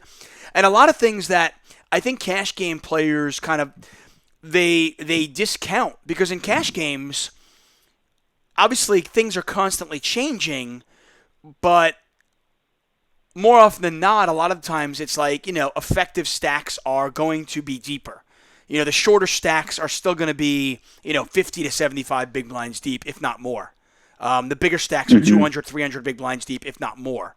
But, the tournament, because of, the bubbles and because of different stack sizes and changing dynamics and how small a sample size you have with each of your opponents, I think it really is. It's one of the reasons I love tournaments, and one of the reasons why I'm disappointed that I can't play more. Yeah. I mean, they're an incredible amount of frustration, but if you can see like the beauty in what goes on in them, it's kind of, they're a wonderful thing to be a part of. And of course, like, when you get really deep in one, it's like the most fun thing ever. You'll never feel the excitement at a cash game you'll have when you're deep in a tournament, that's for sure. It's never like 11 p.m. and you're like, yeah, man, I've got quadruple what I started with today. This is awesome. This is the best day ever. It just doesn't go that way. Yeah. Hey, exactly. I want you brought up 3-betting, and I wanted to talk to you. I want to go back to cash games for a second, because I just put a video out on Crush Live Poker about 3-betting and adjusting to 3-betting and kind of making it less scary on a smaller level for players. I know a couple of other pros were putting out a 3-betting podcast, and I wanted to just get your take on it, because I feel like the game has transformed some, where, we used to see a lot more 3-bet, 4-bet, pre-flop wars. And obviously players are still very aggressive, but I just wasn't sure, what and this is going to be a really tough question to answer, but your take on 3-bet and 4-bet and how you adjust to a table where you are getting 3-bet a ton. Yeah, so it's kind of interesting. I feel like myself, I don't, especially in the U.S., where I think like the tournaments are a little bit more passive. Right. In Europe, they're a lot more loose aggressive, I guess. People are X-betting their ranges a lot more and stuff. But in the U.S., I feel like I don't get played back at very often. So, and a lot of the time when I do, they have it. So I generally, when I get 3-bet a lot, I have to just like remind myself that people probably just have it today because this hasn't happened in a while, and sometimes they just have it a lot. But in general, I think that most people are either like 3-betting too tight or they're 3-betting like a somewhat balanced range. So most of the time you can feel pretty good about the fact that you're not just getting like, I mean, you'll have days where you feel like you're just getting crapped on. Right. And that's just like not actually happening. People are just having it a lot, especially when it's become like pretty obvious that you're visibly frustrated about it, because then people expect you to, start playing back lighter or whatever. And by the way, I think people forget that. I think if you are playing against players that are aware and you've been getting 3-bet a ton, the players at the table are aware of the fact that at some point you're going to fight back. So they're probably, even if they weren't the ones who did the 3-betting earlier on, a good player, an aware player, is probably less likely to be 3-betting you. Now, you mentioned tournaments. I was asking you a question about cash games, but I don't really care either way. Were you talking about cash games or tournaments? Wait, what do you mean? What was I talking about? You were referring to tournaments, right? Yeah. So in cash games, I mean, it's kind of similar. People have better ranges in cash games. If you're getting 3-bet a lot, obviously you just need to tighten up your opening ranges if they're a bit loose, and maybe adjust, like start 4-betting a bit more. I play a lot of deep stack cash games. Right. So in general, people are 3-betting. Not always, but mostly kind of a stronger range of hands anyways. Like in a tournament when we're 30 blinds deep and somebody opens from early middle, I'm going to have like a somewhat polar range, right? Because they don't 4-bet very often and put in a third of their stack, or more. Right. As a bluff very often. So I'm going to have stuff like, stuff that I don't really want to peel, like maybe like 8-6 suited or 7-5 suited, and then I'll have like, ace king and a bunch of pairs I want to call off with and stuff. And I'll call with like a lot of my in between stuff like ace queen or queen jack suited or whatever. In a cash game, it's very different. There's like less to fight for in the pot, so ranges are a bit stronger that open, and then like we're really deep, so I'm expecting to get peeled a lot more. So if my 3-betting range for middle position might look something like, a lot of the suited broadways, ace queen, ace king, big pairs or whatever, and it won't have that many bluffs. And my bluffs will be like hands that are pretty solid as well, like something like 7-6 suited or 8-7 suited or something, which aren't really bluffs, they're more like semi-bluffs, I guess. But so then, when that happens,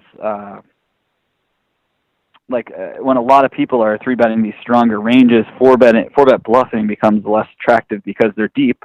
When they have hands like ace queen or queen jack suited, they're going to call anyways. Right. Like they're not going to fold to a 4-bet unless you make it huge. And, it's not like they're just taking advantage of you a ton. So it's definitely a scenario where you can give players a little bit more credit in general, I guess. Can I ask you? When you're in a really, really tough live cash game, if that's happening a lot, you could also just quit because your hourly is probably not very good. Hey, I part of the reason I got Berkey on the show was, Berkey says don't quit, just get better. I know you and Berkey got into it on Twitter about that. Yeah, I mean, the thing is I love that line of thinking. If you're playing online, you're playing like 15 tables, and you can have this small edge against other players and print money.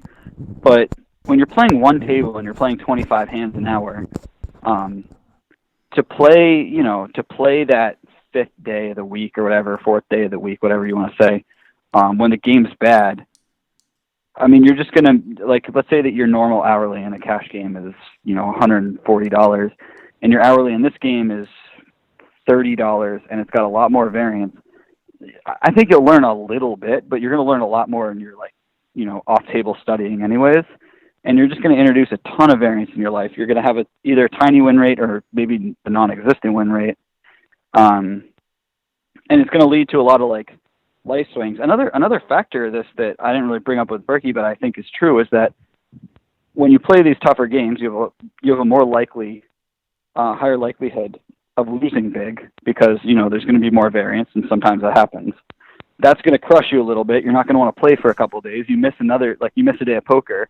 You find out the games were really good, like the day that you missed, and all of a sudden, instead of just dodging this good game, or dodging this bad game, and then playing in this good game where your hourly is 4 times as high, 5 times as high, you lose in this bad game, and then you miss the good game.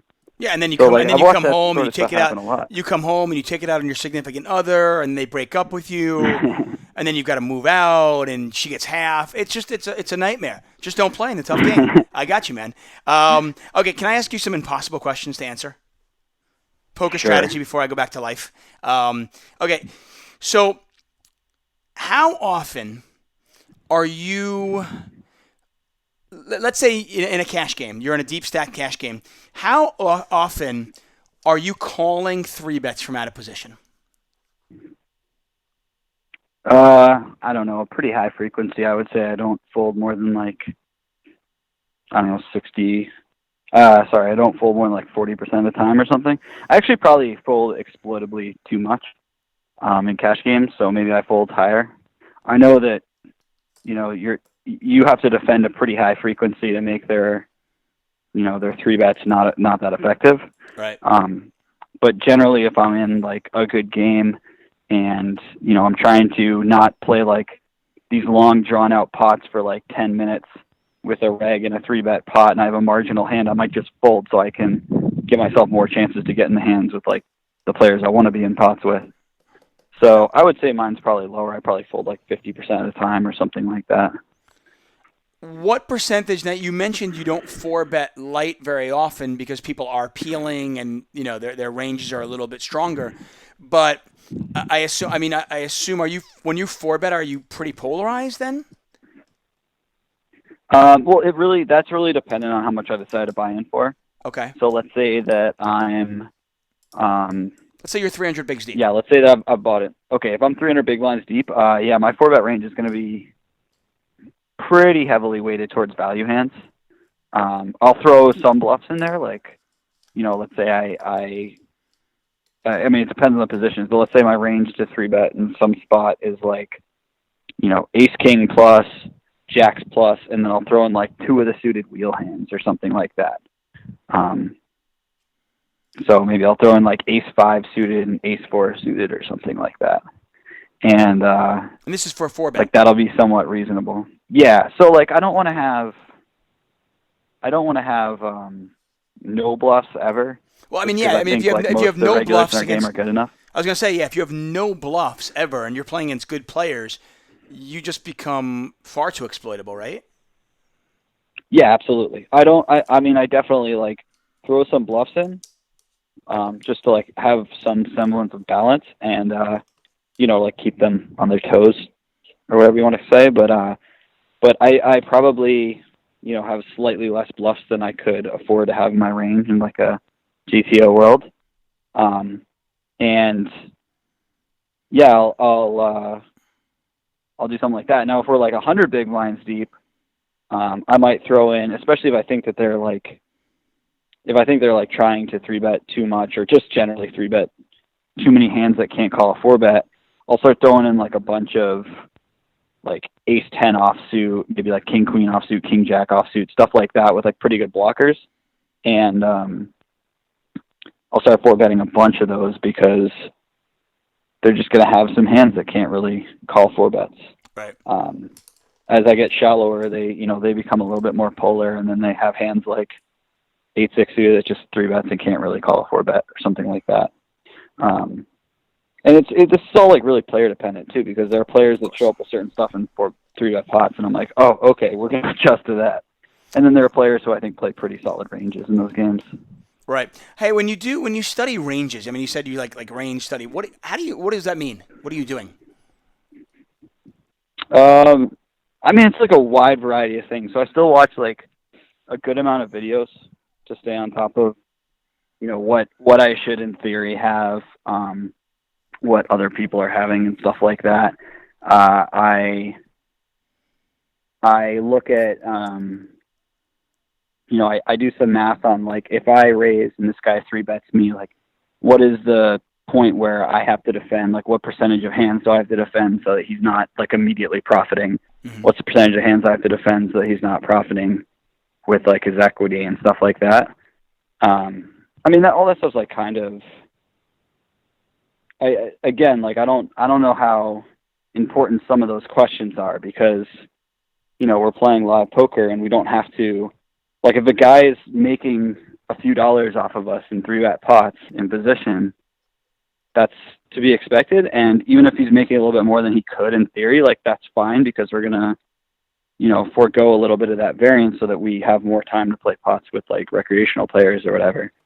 I know it sounds a little bit weird, but if you expect that every pot you play with like player A, you make $4 on average, and you expect every pot you play with player B make $20 on average, then you're going to avoid playing pots with player A as much as possible, right? Yeah, no, that makes sense. I think that makes sense because it kind of goes back to the old adage, and I talked to Berkey about this as well, where, a lot of times we know option A makes us money. And we get a little bit complacent because option A has made us money for so long. We're just like, cool, option A. I don't even need to look at option B. But the question is, and a lot of times in poker, option B can make us more money. while, doing this in this particular spot is positive EV, it's not the most optimal line, though, because we can do option B, which is even more positive EV. And I think, you've taken it to a different level in the sense of just, I can play against this top pro out of position, and I could play this hand, which would save me, pennies on the dollar maybe, or I can get more hands in against the guy in the big blind who's a total fish, who's just going to give me his whole stack soon. Yeah. I have a story that's like my favorite example of this. There was this famous guy who used to come into town. I'll leave his name out, but he used to play this game with at the Aria, and I think they're playing like 10-20. This guy had no care in the world. Like, he would show up, he would play absurdly, and then for like the last hour, he would just cram like 10 grand in every hand at 10-20, like pre-flop, and see if he won, and then if he lost like a bunch, he'd lose. He'd leave. Wait, this is the end of his night? Yeah. So this is like literally like when he comes into town, if you can get in the game, it's like the dream scenario. Right. Like, most of the time you're fighting for like some mediocre game, and this is like everyone in the game is on average going to make $5,000 or $10,000 or whatever absurd amount it is, like, on their night. Right. So they're playing in the game, and this guy's losing, and he's trying to jam every hand, and just inexplicably, he doesn't jam one hand. He I forget, I think he limped or something, and one of the regulars raised, and then another regular 3-bet him, and he called, and then they played this long drawn out pot where he the first regular tanked on the river, checked, the second regular bet the river really big, and the first regular tanked forever and jammed.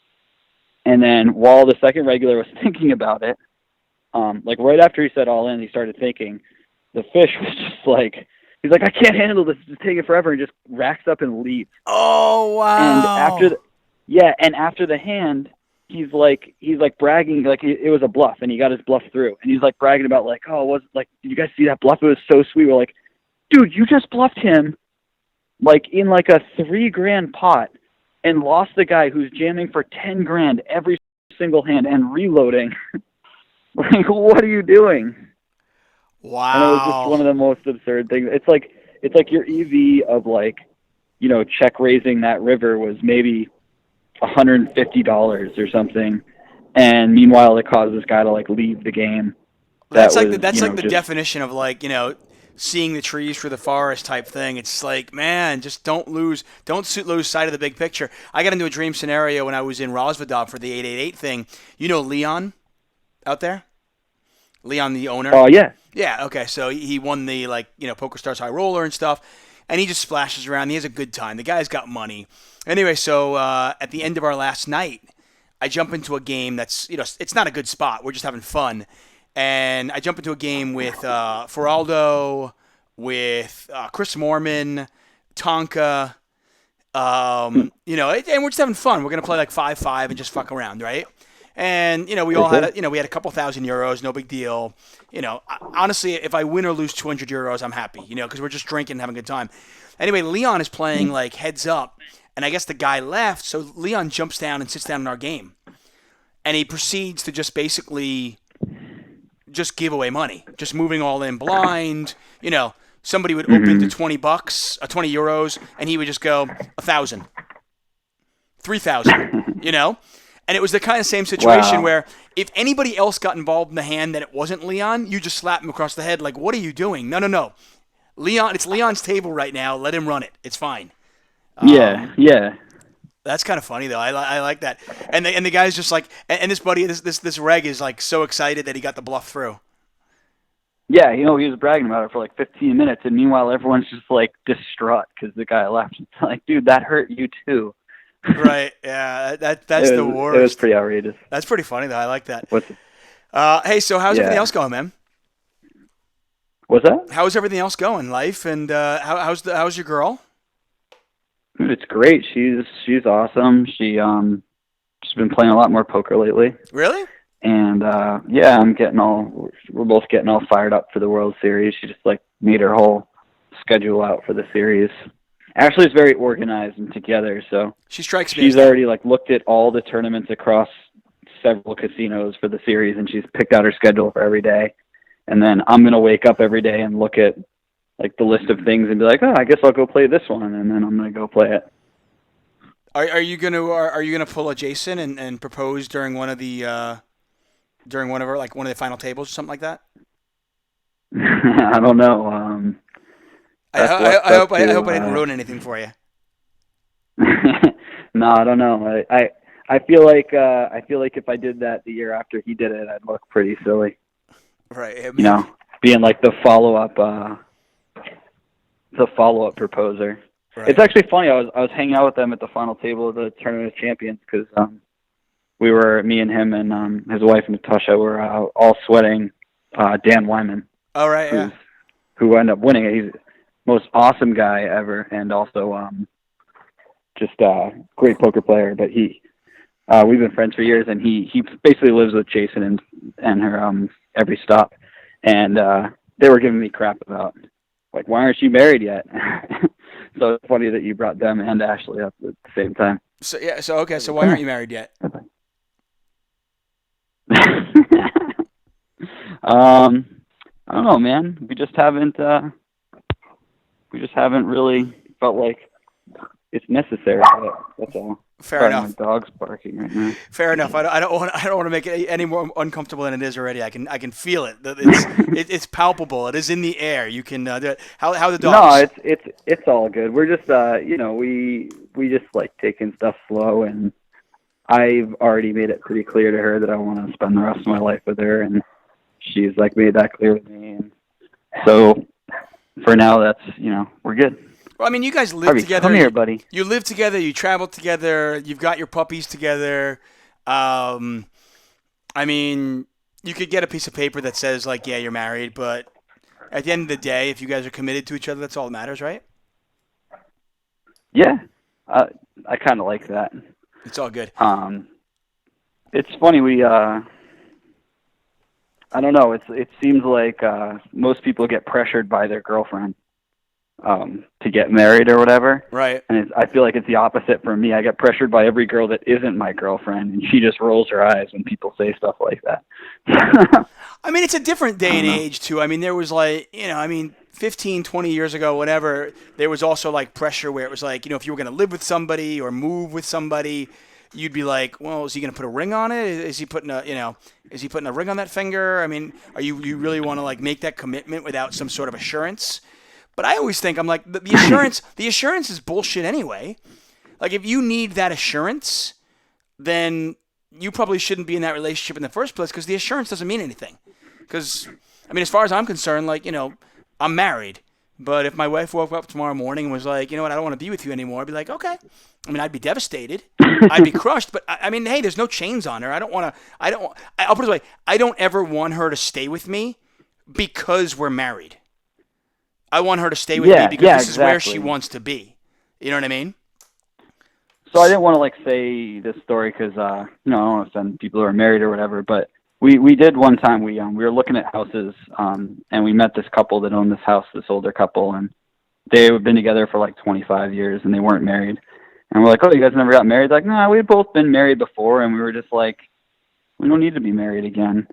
And we were like driving away, and Ashley was like, that's kind of a cool way to go about it. She's like, I like the fact that like at any point we could just like wake up and leave, but we don't. And that's like a great feeling. Right. Like we're here because we want to be with each other or whatever. No, I don't think that other people are only in a marriage because they're married or anything, but I don't know. It's like a nice reinforcement for sure. Right. I mean, in all fairness, like, for me, I was married young and got divorced, and getting married again wasn't that important. I remember actually when I was dating Molly, my wife, and we talked about that. I'd be like, yeah, you know what? I mean, this is long before we like knew we were going to be together forever. It was kind of like, she asked me, and I was like, it's not important to me. I was like, if I fall in love with somebody that it's really important, then I'll do it. I was like, but. And she wanted the wedding. She wanted all that, and I was like, okay, then. I mean, I'm cool. I'm all in on that part, but it wasn't. Actually being married wasn't that important to me. I mean, there are some like legal, bullshit that I think when you have a kid and stuff, It's just easier being married. I was actually about to say if we ever had a kid, I think we'd immediately get married for sure. And it's also nice for like the kid, you know. Like I mean, I know we're in a different generation where a lot of kids are raised with their parents divorced, and that's fine and it works out fine. But I think we would like do that if we had a kid or something for sure. Right. I mean, it's a situation like, you know, getting insurance, like stupid shit like that. That you just don't have to, you don't have to worry about. Now I know, I mean, there's ways around that because you can have like, you know, common law marriage and, you know, you can be a partner now and still get insurance, but it's just extra paperwork that I don't want to fill out. So, I mean, there's just some things like, you know, my wife's a school teacher, so we get really good health insurance, that, you know, I get. Nice. You know, God forbid I die, you know, I've got a will, but it's like, cool, you know, there's no problem with like, who gets the kid and da-da-da and what goes on and all that bullshit. So, you know, for any of those reasons. Anyway, man, we got pretty deep. Hey, do you have like 5 more minutes? What's that? Hello? You have 5 more minutes? Yeah, sure. Okay, cool. I got a hand. I normally do like a hand of the week that I go over. And I usually just do it on my own, but you're here and you're a cash game player and I have a lot of respect for your game and I want to get your input on this particular hand. Okay? All right. But before we go into that, go. You've been asking me how I'm doing. How are you doing? I'd like to hear about the Tuchman. I'm good, man. It's very rare that I get asked questions on my own show. So no, I'm good. All's well. It was pretty sweet today. I had a dude day with my kid because I didn't bring him to daycare. Nice. So we went to Color Me Mine, and he made. What's that? It's like a pottery type place where you can paint a dish and then they'll throw it in like the burn or the oven, and then you get back this like, you know, ceramic whatever. You can get a dog, and he wanted to make himself a bowl because Dad's got a bowl with my name on it, and Mom has one, and he wanted one. Uh-huh. So he made himself a bowl. That's awesome. And then we went ice skating. I took him ice skating. And then the coolest part of the day was we met Mom at that's the weirdest thing, by the way, when you have a kid, is you start calling, you just refer to your wife now. Or Yeah. I call her Mom all the time now. I'm like, where's Mom? Hey, Mama. You know, it's like, you know, she's Mama now. So it's like, okay. It's just really weird. But we met her at her OB appointment because she was having an ultrasound today where, you know, you can hear the heartbeat and everything. And it was, I mean, I've obviously cool. So you got to see like a picture or something? It was the first time he had gone in there and got to see, you know, what was growing in Mom's belly, you know, and got to see like his little brother. Because, you know, my girl is now 32 weeks in, so 8 weeks till detonation. Wow. Dude, congrats. Thanks, man. Yeah, 8 weeks till baby boy number 2 comes. So that was pretty like cool. Wow. Like he's watching it, like his mouth was dropped, and he's like, I'm like, it's pretty cool. He's like, yeah, it's amazing. Like he got to hear his little brother's heartbeat and stuff. So that was pretty sweet. But that's epic. Yeah, all's well, man. Nothing, you know. I'm pretty psyched. Like I said, Barcelona's coming up. The World Series is coming up. Bart and I are back at Live at the Bike. We're doing a couple of shows a month. You know, I'm playing poker. Oh, are you guys? Yeah, we're back at Live at the Bike, doing like 2 shows a month. So no way. I gotta check that out for sure. Let me know. My buddy Mike Delvecchio is playing on a game soon out there. Okay, cool. Yeah, tell him to look me up for sure. But let me know next time, you know, if you're in town or something. Let me know. We'll get you on the show. It'll be cool. I'd love to, dude. I'll definitely let you know. I actually want to go out to LA anyways, so I'll make that the reason I go out. Okay, cool. Yeah, I'm playing a tournament next week, which is I'm pretty excited about. Because, you know, I play so few. I was telling everybody, there's one of those Quantum Reload tournaments at Hustler. Oh, nice. So it's a $500K guarantee. They have like 4 day ones, which are like $350 buy-in tournaments. Mm-hmm. And you get 25K chips.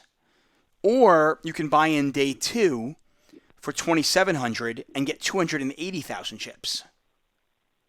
Oh, wow. So I'm buying in day 2. I played one of these actually at Commerce. Okay.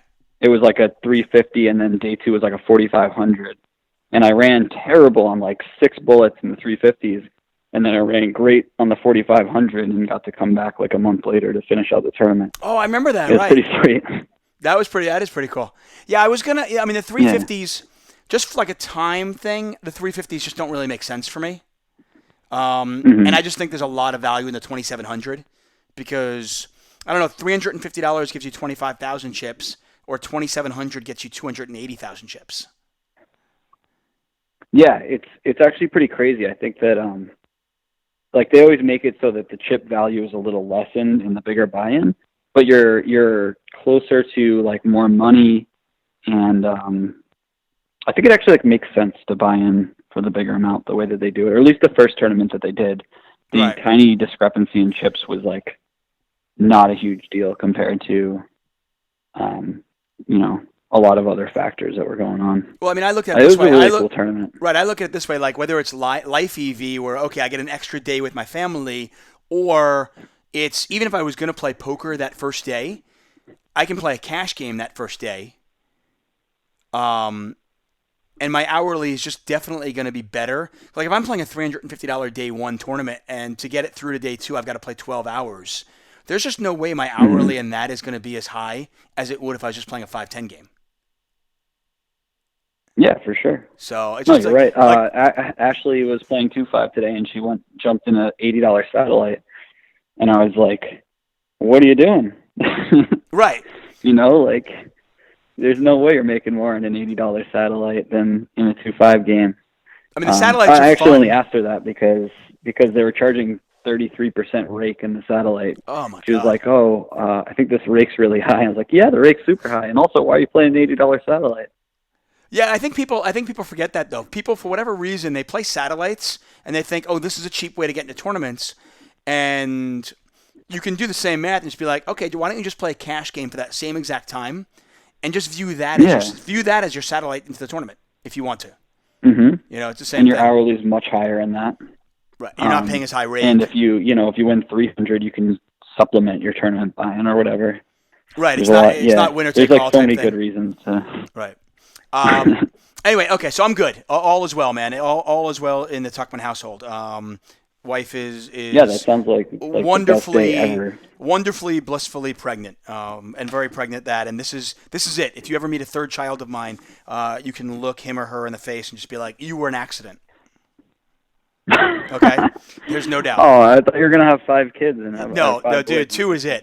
I'll put it like, if I win like a huge tournament and make a ridiculous amount of money, because LA is not cheap. If I come into a ridiculous amount of money, I could see. My wife doesn't love pregnancy. Some women will be like, "Oh my God, I love pregnancy. It's the best thing in the world." My wife does not like pregnancy. Okay, so she does not want to be pregnant again. If we have, I could see us theoretically, like I said, if I come into a ridiculous amount of money, I could see us adopting a girl, because we'll have 2 boys. That'd be cool. Yeah, I mean, I'd be totally for that. I'd have no problem adopting a child, but we'd have to make, like I said, we would have to come into some money. Yeah, I mean, I've actually thought about the adopting route a lot. I think it's a really, really awesome thing to do in general. I hope you come into a lot of money and do that. That'd be cool. Hey, I want to welcome Brooklyn 1. Thanks for the kind words, and AJS Whittle. I apologize if I'm not saying it the right way. It says, Tuck, first time watching live. Love the show. Thanks, man. The vast majority of our audience, by the way, just listens to it or watches it after the fact. You can watch it on YouTube, or you can listen to it. The show is available for free on iTunes and, of course, at crushlivepoker.com. But for those of you who do join us, who do want to join in live, we are here every Wednesday night. Okay, so let me get into this hand. It's a very simple hand. We're like 200. I want to say effective stacks are probably like 200 big blinds, okay? Mm-hmm. So we're deep, but not that deep, because raises and bets seem to be larger than normal in this game. Mm-hmm. So it wasn't as deep stacked as we normally would be in this particular game. Anyway, first one here. Okay, so we get the original open from Under the Gun 1 to $30. Okay? Player in really tight player on my right in the cutoff calls. I'm on the button with 2 black 7s. I call. And I like this. one of the blinds calls as well. Okay? So pot's like 125. Okay? Mm-hmm. Flop comes out ace, king, 7, 2 diamonds. I like the way you flop this. Yeah, I do. Do you like that? I flop sets really well. Yeah. Flop comes out ace. This is well flopped. Well flopped. Flop comes out ace, king, 7, 2 diamonds. Under the gun, one player checks. Actually, blind checks. Under the gun, one player checks. Now, this is the interesting thing about the under the gun one player. He's a pro. He's a reg. He's a good player. But I think he's a little bit unbalanced in the sense that he will check a lot of his made hands. Okay, interesting. Yeah, he checks. He's very trappy. Okay, like he's the type of player that will 3-bet aces out of the blind, and then check a jack 5 3 board, check call, and then like because check on the turn he'll bomb river, stuff like that. In fact, if he triple barrels, he's probably more likely not to have it. Okay. Okay. That's kind of a sweet player to play with in general because that's a nice read to have on somebody. In all fairness, it took me a couple of payoffs to figure that read out, though. Oh, fair enough. Right. It's a sweet. Some people are really unbalanced with stuff like that, and it's nice when you figure it out, but it's a little expensive to figure it out. Yeah, exactly. Sometimes it can be expensive. Anyway, so he checks, which doesn't mean he doesn't have anything. Now, the player on my right, who's been really, really tight up till now. In fact, he doubled up off me earlier. He had bought in for 100 bigs and doubled up off me. We got it all in where in a 3-bet pot, he flatted the 3-bet. I had ace king suited. I 4-bet, fold. He moved all in for like a little bit more. I called off and he had aces. It was just, I was like, okay, whatever, no big deal. But I hadn't really seen this guy much, and he just struck me as, in this particular game, as a very tight player. Anyway, he bets on an ace king 7 board, and on a 2 diamond board, and I just know he has it a lot, okay? Whether it is, a big diamond draw that would be probably a combo draw, since he's calling a raise. Or whether it's, a big ace. I think he has something along those lines. What's your play with 7s? And then I'll tell you what I did. Okay, so you're 4 ways, right? We're 4 ways. The big blind is, out of the left side of my eye, I can kind of see the big blind is already folded in his head. Okay. That's actually kind of relevant info. Yeah, of course. So normally I would call because we have a lot of hands that are only capable of calling. Like ace jack or, something like 9 of dime. I would just call like my entire range and call with 7s because this is basically the only set we can ever have on this board. Right. That said, if you think he's really tight and he's really straightforward and he doesn't bet unless he has something a lot, then I would just go ahead and raise. Given that read, I think that's like a good exploit. And, I think both options. You have 7, so like both options are going to make you a lot of money. Probably raising against this particular player is a little bit better. Let me give you my. But you don't want to raise and like get him a fold ace queen. Right, exactly. That's the danger of it. Now, my image, by the way, in this game is fairly spewy and fairly aggressive. Nobody ever thinks I have it. So I should probably let people know that as well. People always think that I'm making moves, and by the way, it's because I do make a lot of moves. You know what I mean?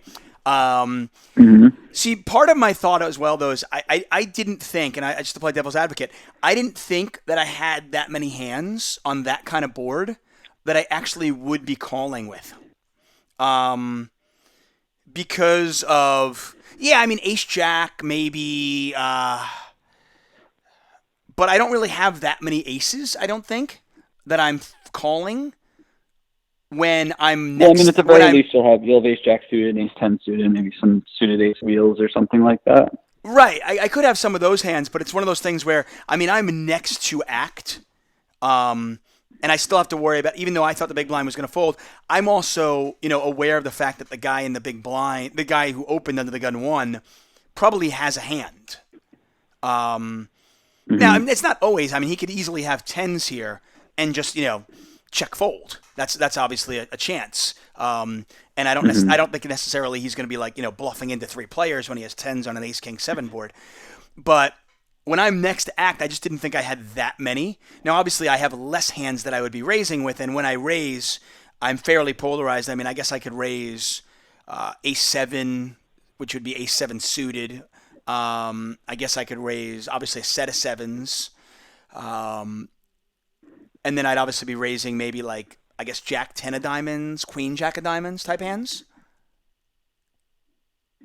Yeah. I mean, if you wanted to, you could raise those, but in general, I just call like all of those hands. Because if we raise, we have to like get it in, or if we raise and we get 3-bet, we either have to get it in or we have to fold. And finding any line where we're folding Jack 10 of diamonds on this flop is not something I want to be doing. How often are you really getting? How often are you getting 3-bet, Jesse? I mean, how often are you getting 3-bet? Think about it. If you have, the kind of hands that are going to put a lot of pressure on Jack 10 suited are like other combo draws. Because, how often am I getting? If I raise, how often am I getting 3-bet? Like, what hands are 3-betting me really? No, you're right. You're not getting 3-bet that much. If he has. But the thing is when you have Jack 10, he can have pocket 7s. He could have a lot more ace 7 suited or ace king as well. So I don't know. I would say you probably get calls, more than half the time or around half the time, and then you get 3-bet 3-bet. Yeah, maybe you only get 3-bet like 33 or 40% of the time or something like that. And maybe that's like break down a whole range. Maybe that's a flaw in my thinking. That now that I'm talking to the hand about it, because I really thought I said even if I raise, because I was trying to think, if I'm going to be raising with my value hands here, I'd like to have at least a couple of bluffs in my range as well. And I thought, okay, I could raise here with like maybe pocket 7s, ace 7 suited, and maybe I could raise with like Jack 10 suited, Queen Jack suited. Because I thought, like, okay, if my opponent has ace king, he's going to be at least a little bit concerned that I have 7s. And if he's got a set of aces or a set of kings, I also think that he might slow play that hand a little bit and not want to, like, 3-bet me off of my hands so much. Yeah, the one thing about these really tight guys, though, is that they love to protect their hands on any drawy type of board. Good point. So I feel like maybe he just 3-bet like the strongest hands in his range or whatever. And even if he has ace 7, he might 3-bet just because he knows you probably don't have ace king.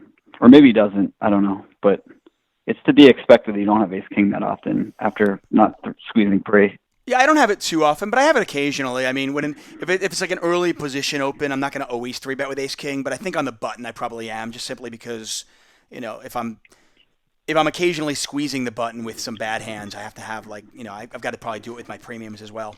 Okay, so let's say, so I decided to raise, okay?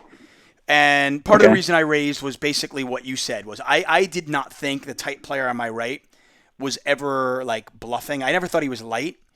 And I also thought with my image that I could probably raise here and get called almost always. I also thought there was a pretty good chance that the original raiser, who was UTG1, had a hand that he could continue with because that's how he liked to play it trappy.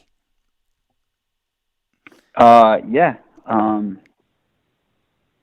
Yeah, I mean, if you think he likes to check raise a lot, you could call too to get a check raise in. But again, like, I think that raising's fine. You're going to, he's not going to like bet fold ace queen or ace jack. He's going to take one card off at least. So you're going to get essentially like his flop bet and his turn bet, you're going to get on the flop when you make a raise.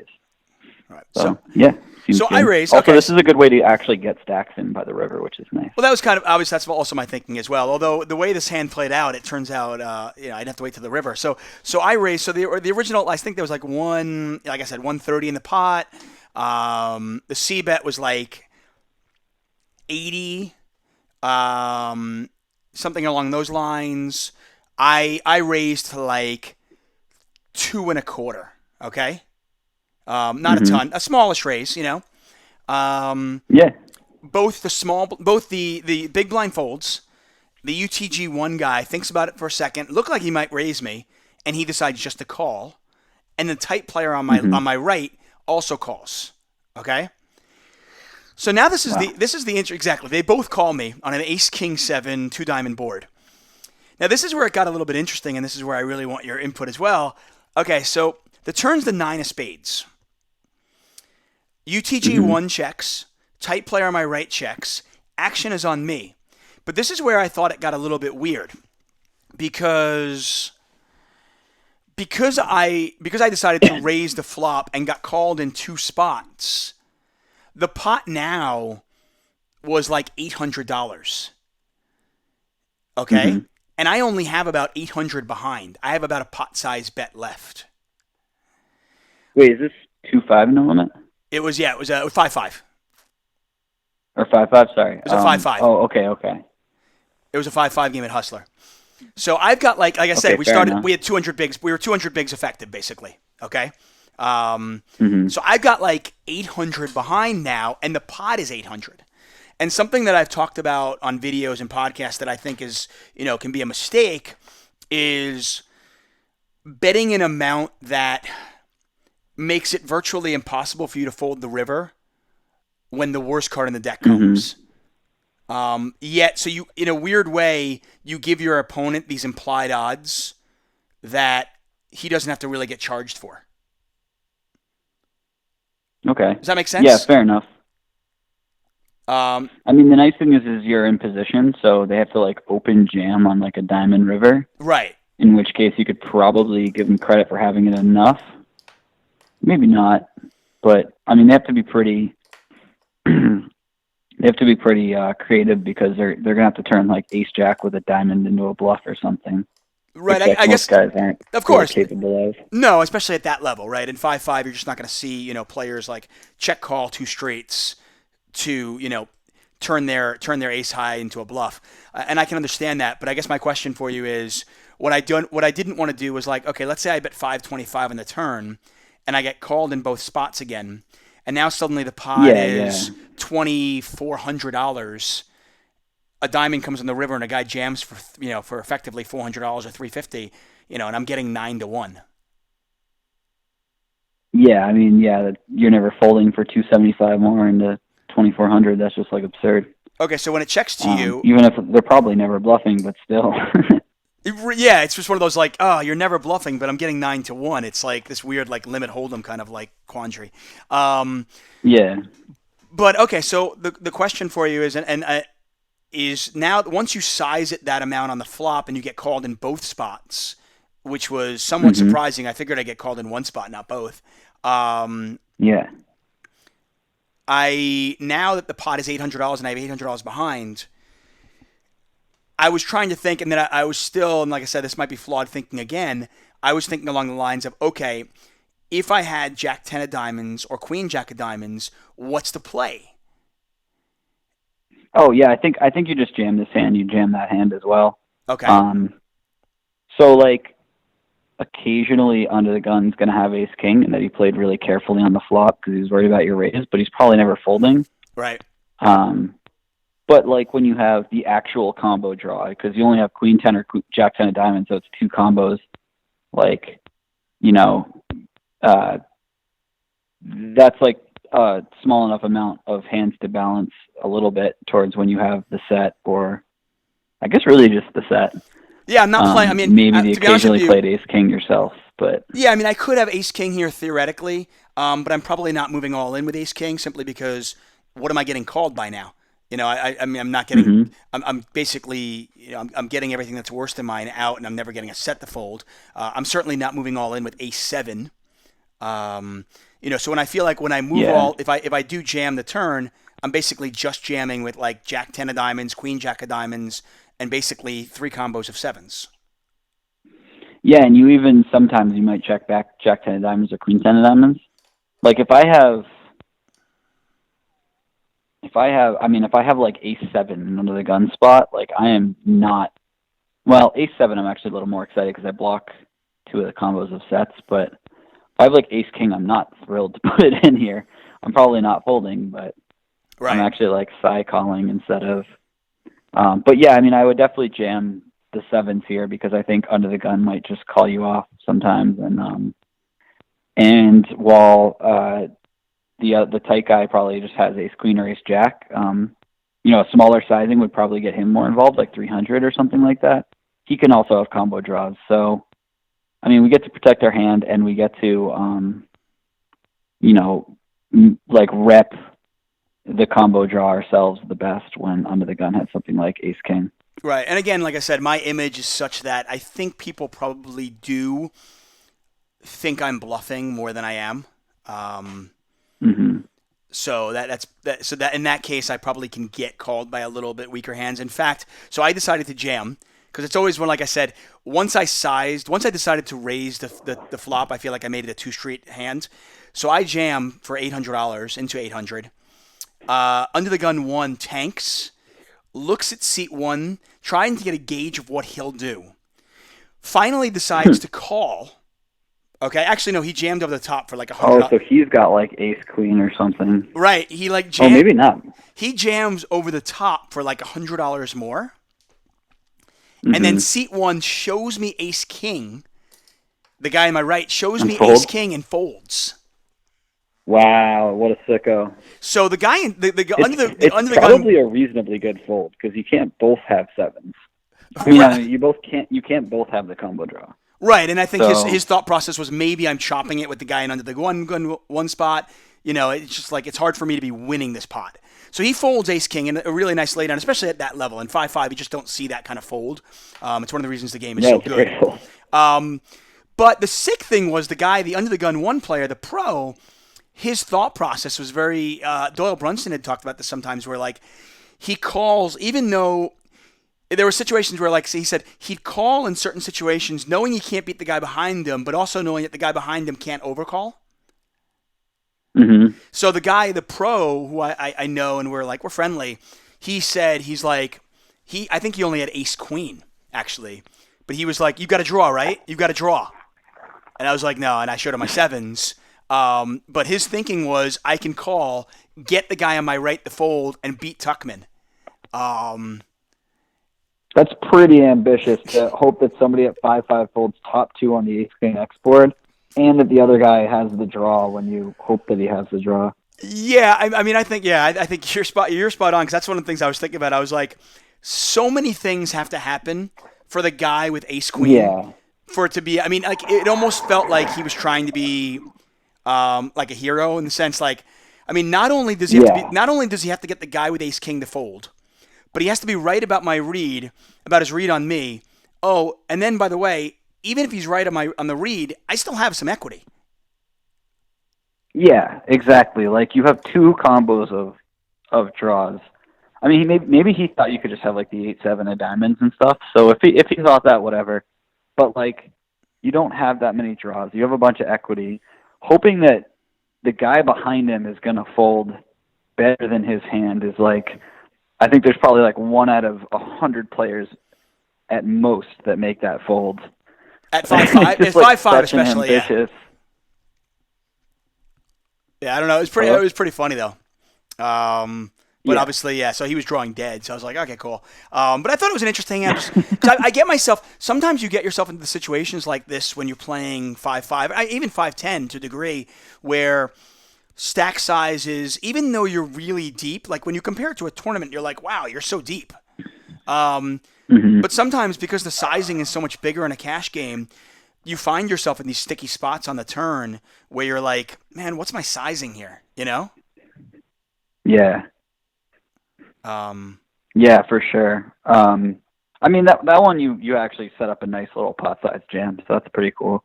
It would be nice if, you had 600 into 800 or something, because then when under the gun folds, the next guy's more likely to call with ace queen or ace jack. But I think that you had kind of a nice little raise size there, and it worked out there. Hey, this is good stuff. I like this for the podcast. This is great. Let me ask you one thing really quick, and then I'll let you go. If you decide to just flat the flop, right? So the turn's the 9 of spades. Under the gun 1 guy obviously would have called because he called the raise anyway. So he calls. I don't think he was going to raise with that hand, obviously, ace queen. So now we see the turn, and there's like 375 in the pot, somewhere, give or take. On the turn, when it goes check, now the player on my right is almost definitely going to bet his ace-king again. Are you raising turn there, or are you just calling again? Yeah, I jam turn with sevens at this point, I think. See, that's the problem. Sometimes I feel like on a wettish board, I feel like when you jam turn, it just looks so much stronger. Yeah, I mean, but at the same time, like, he's going to wonder why you didn't raise flop if you had it. Good You're going to point. put a little bit of doubt in his mind about that. Yeah. And, I mean, it's like knowing that you're good and you're smart, like, it's less conceivable that you would have a bunch of equity and not put it in on the flop and wait till the turn blank to put it in. But at the same time, people, as soon as you call on a wet board, people stop giving you credit for the value hands a lot. And in theory, I think you're supposed to just call down. But the reason why I jam turn is because I don't think that he's actually going to bluff 3 streets ever with his player type, or nearly enough for you to want to call down rather than jam the turn. Because when you jam the turn, you're not just avoiding draws getting there on you, you're also avoiding a draw getting there and you miss value on the river. Like, he shuts down and you have to shut down as well. Right, yeah, exactly. The 10 of diamonds comes on the river, and then you're like, and maybe you get a small, maybe he checks and you bet a small little bet and he calls small, but you don't get the whole stack in there. I can understand that as well.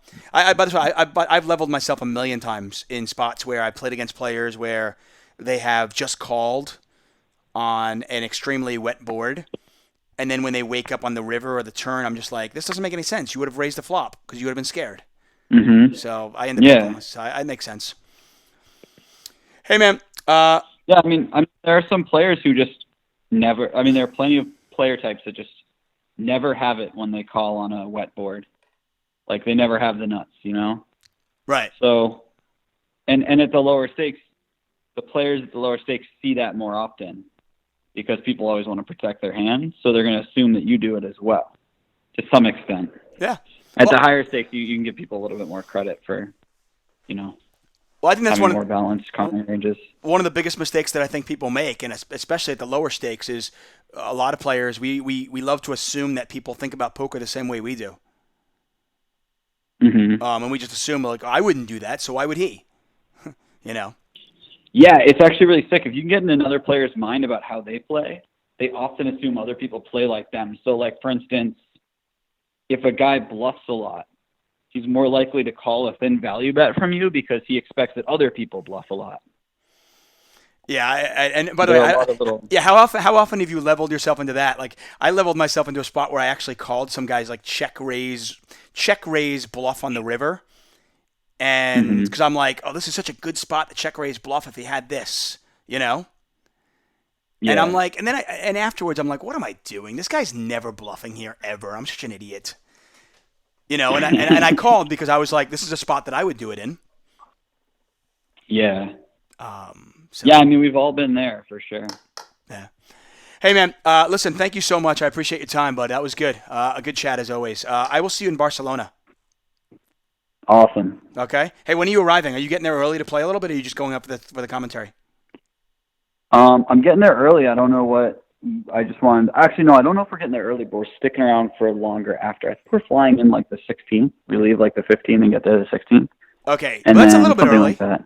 I might go in. And then we're going to be there afterwards. Okay, I might go in a day early, so I'll let you know for sure. I'm coming home right away because baby and pregnant wife.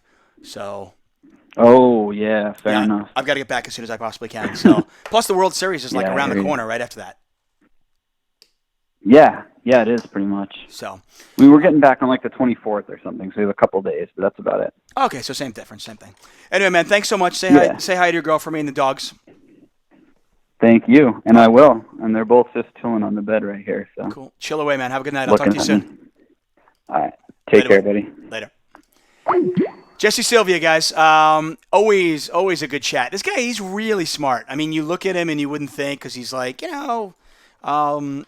I remember back in 2012, it was like, people thought, oh, tournament player, but he's a really good poker player, and he really works on his game a lot. So I'm looking forward to him. I'm looking forward to working with him in Barcelona. I've done a lot of commentary with him, and I was really kind of excited to see that his career was taking off in that way as well.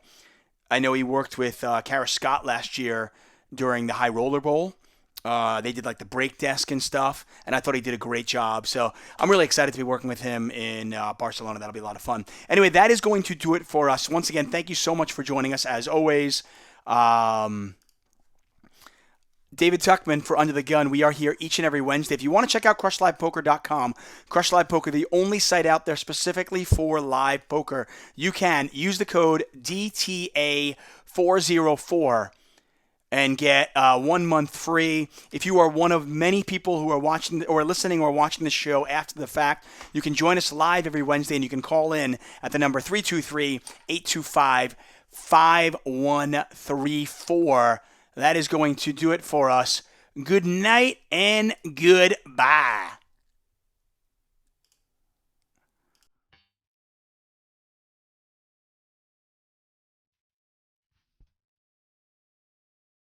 I want to thank Jonathan Little and Jesse Sylvia for their time, and thank you all. You can join us in the forums at CrushLivePoker.com. Let me know what you think. I will post some links to some ICM videos that Jonathan Little has posted. Okay, so you can check that out at CrushLivePoker.com. Thanks, Wayne. Thanks, Hector. Thank AJ. Thank you all, guys. Next Tuesday, Bart and I will be covering Live at the Bike. So join us there. Love you guys. Good night and goodbye.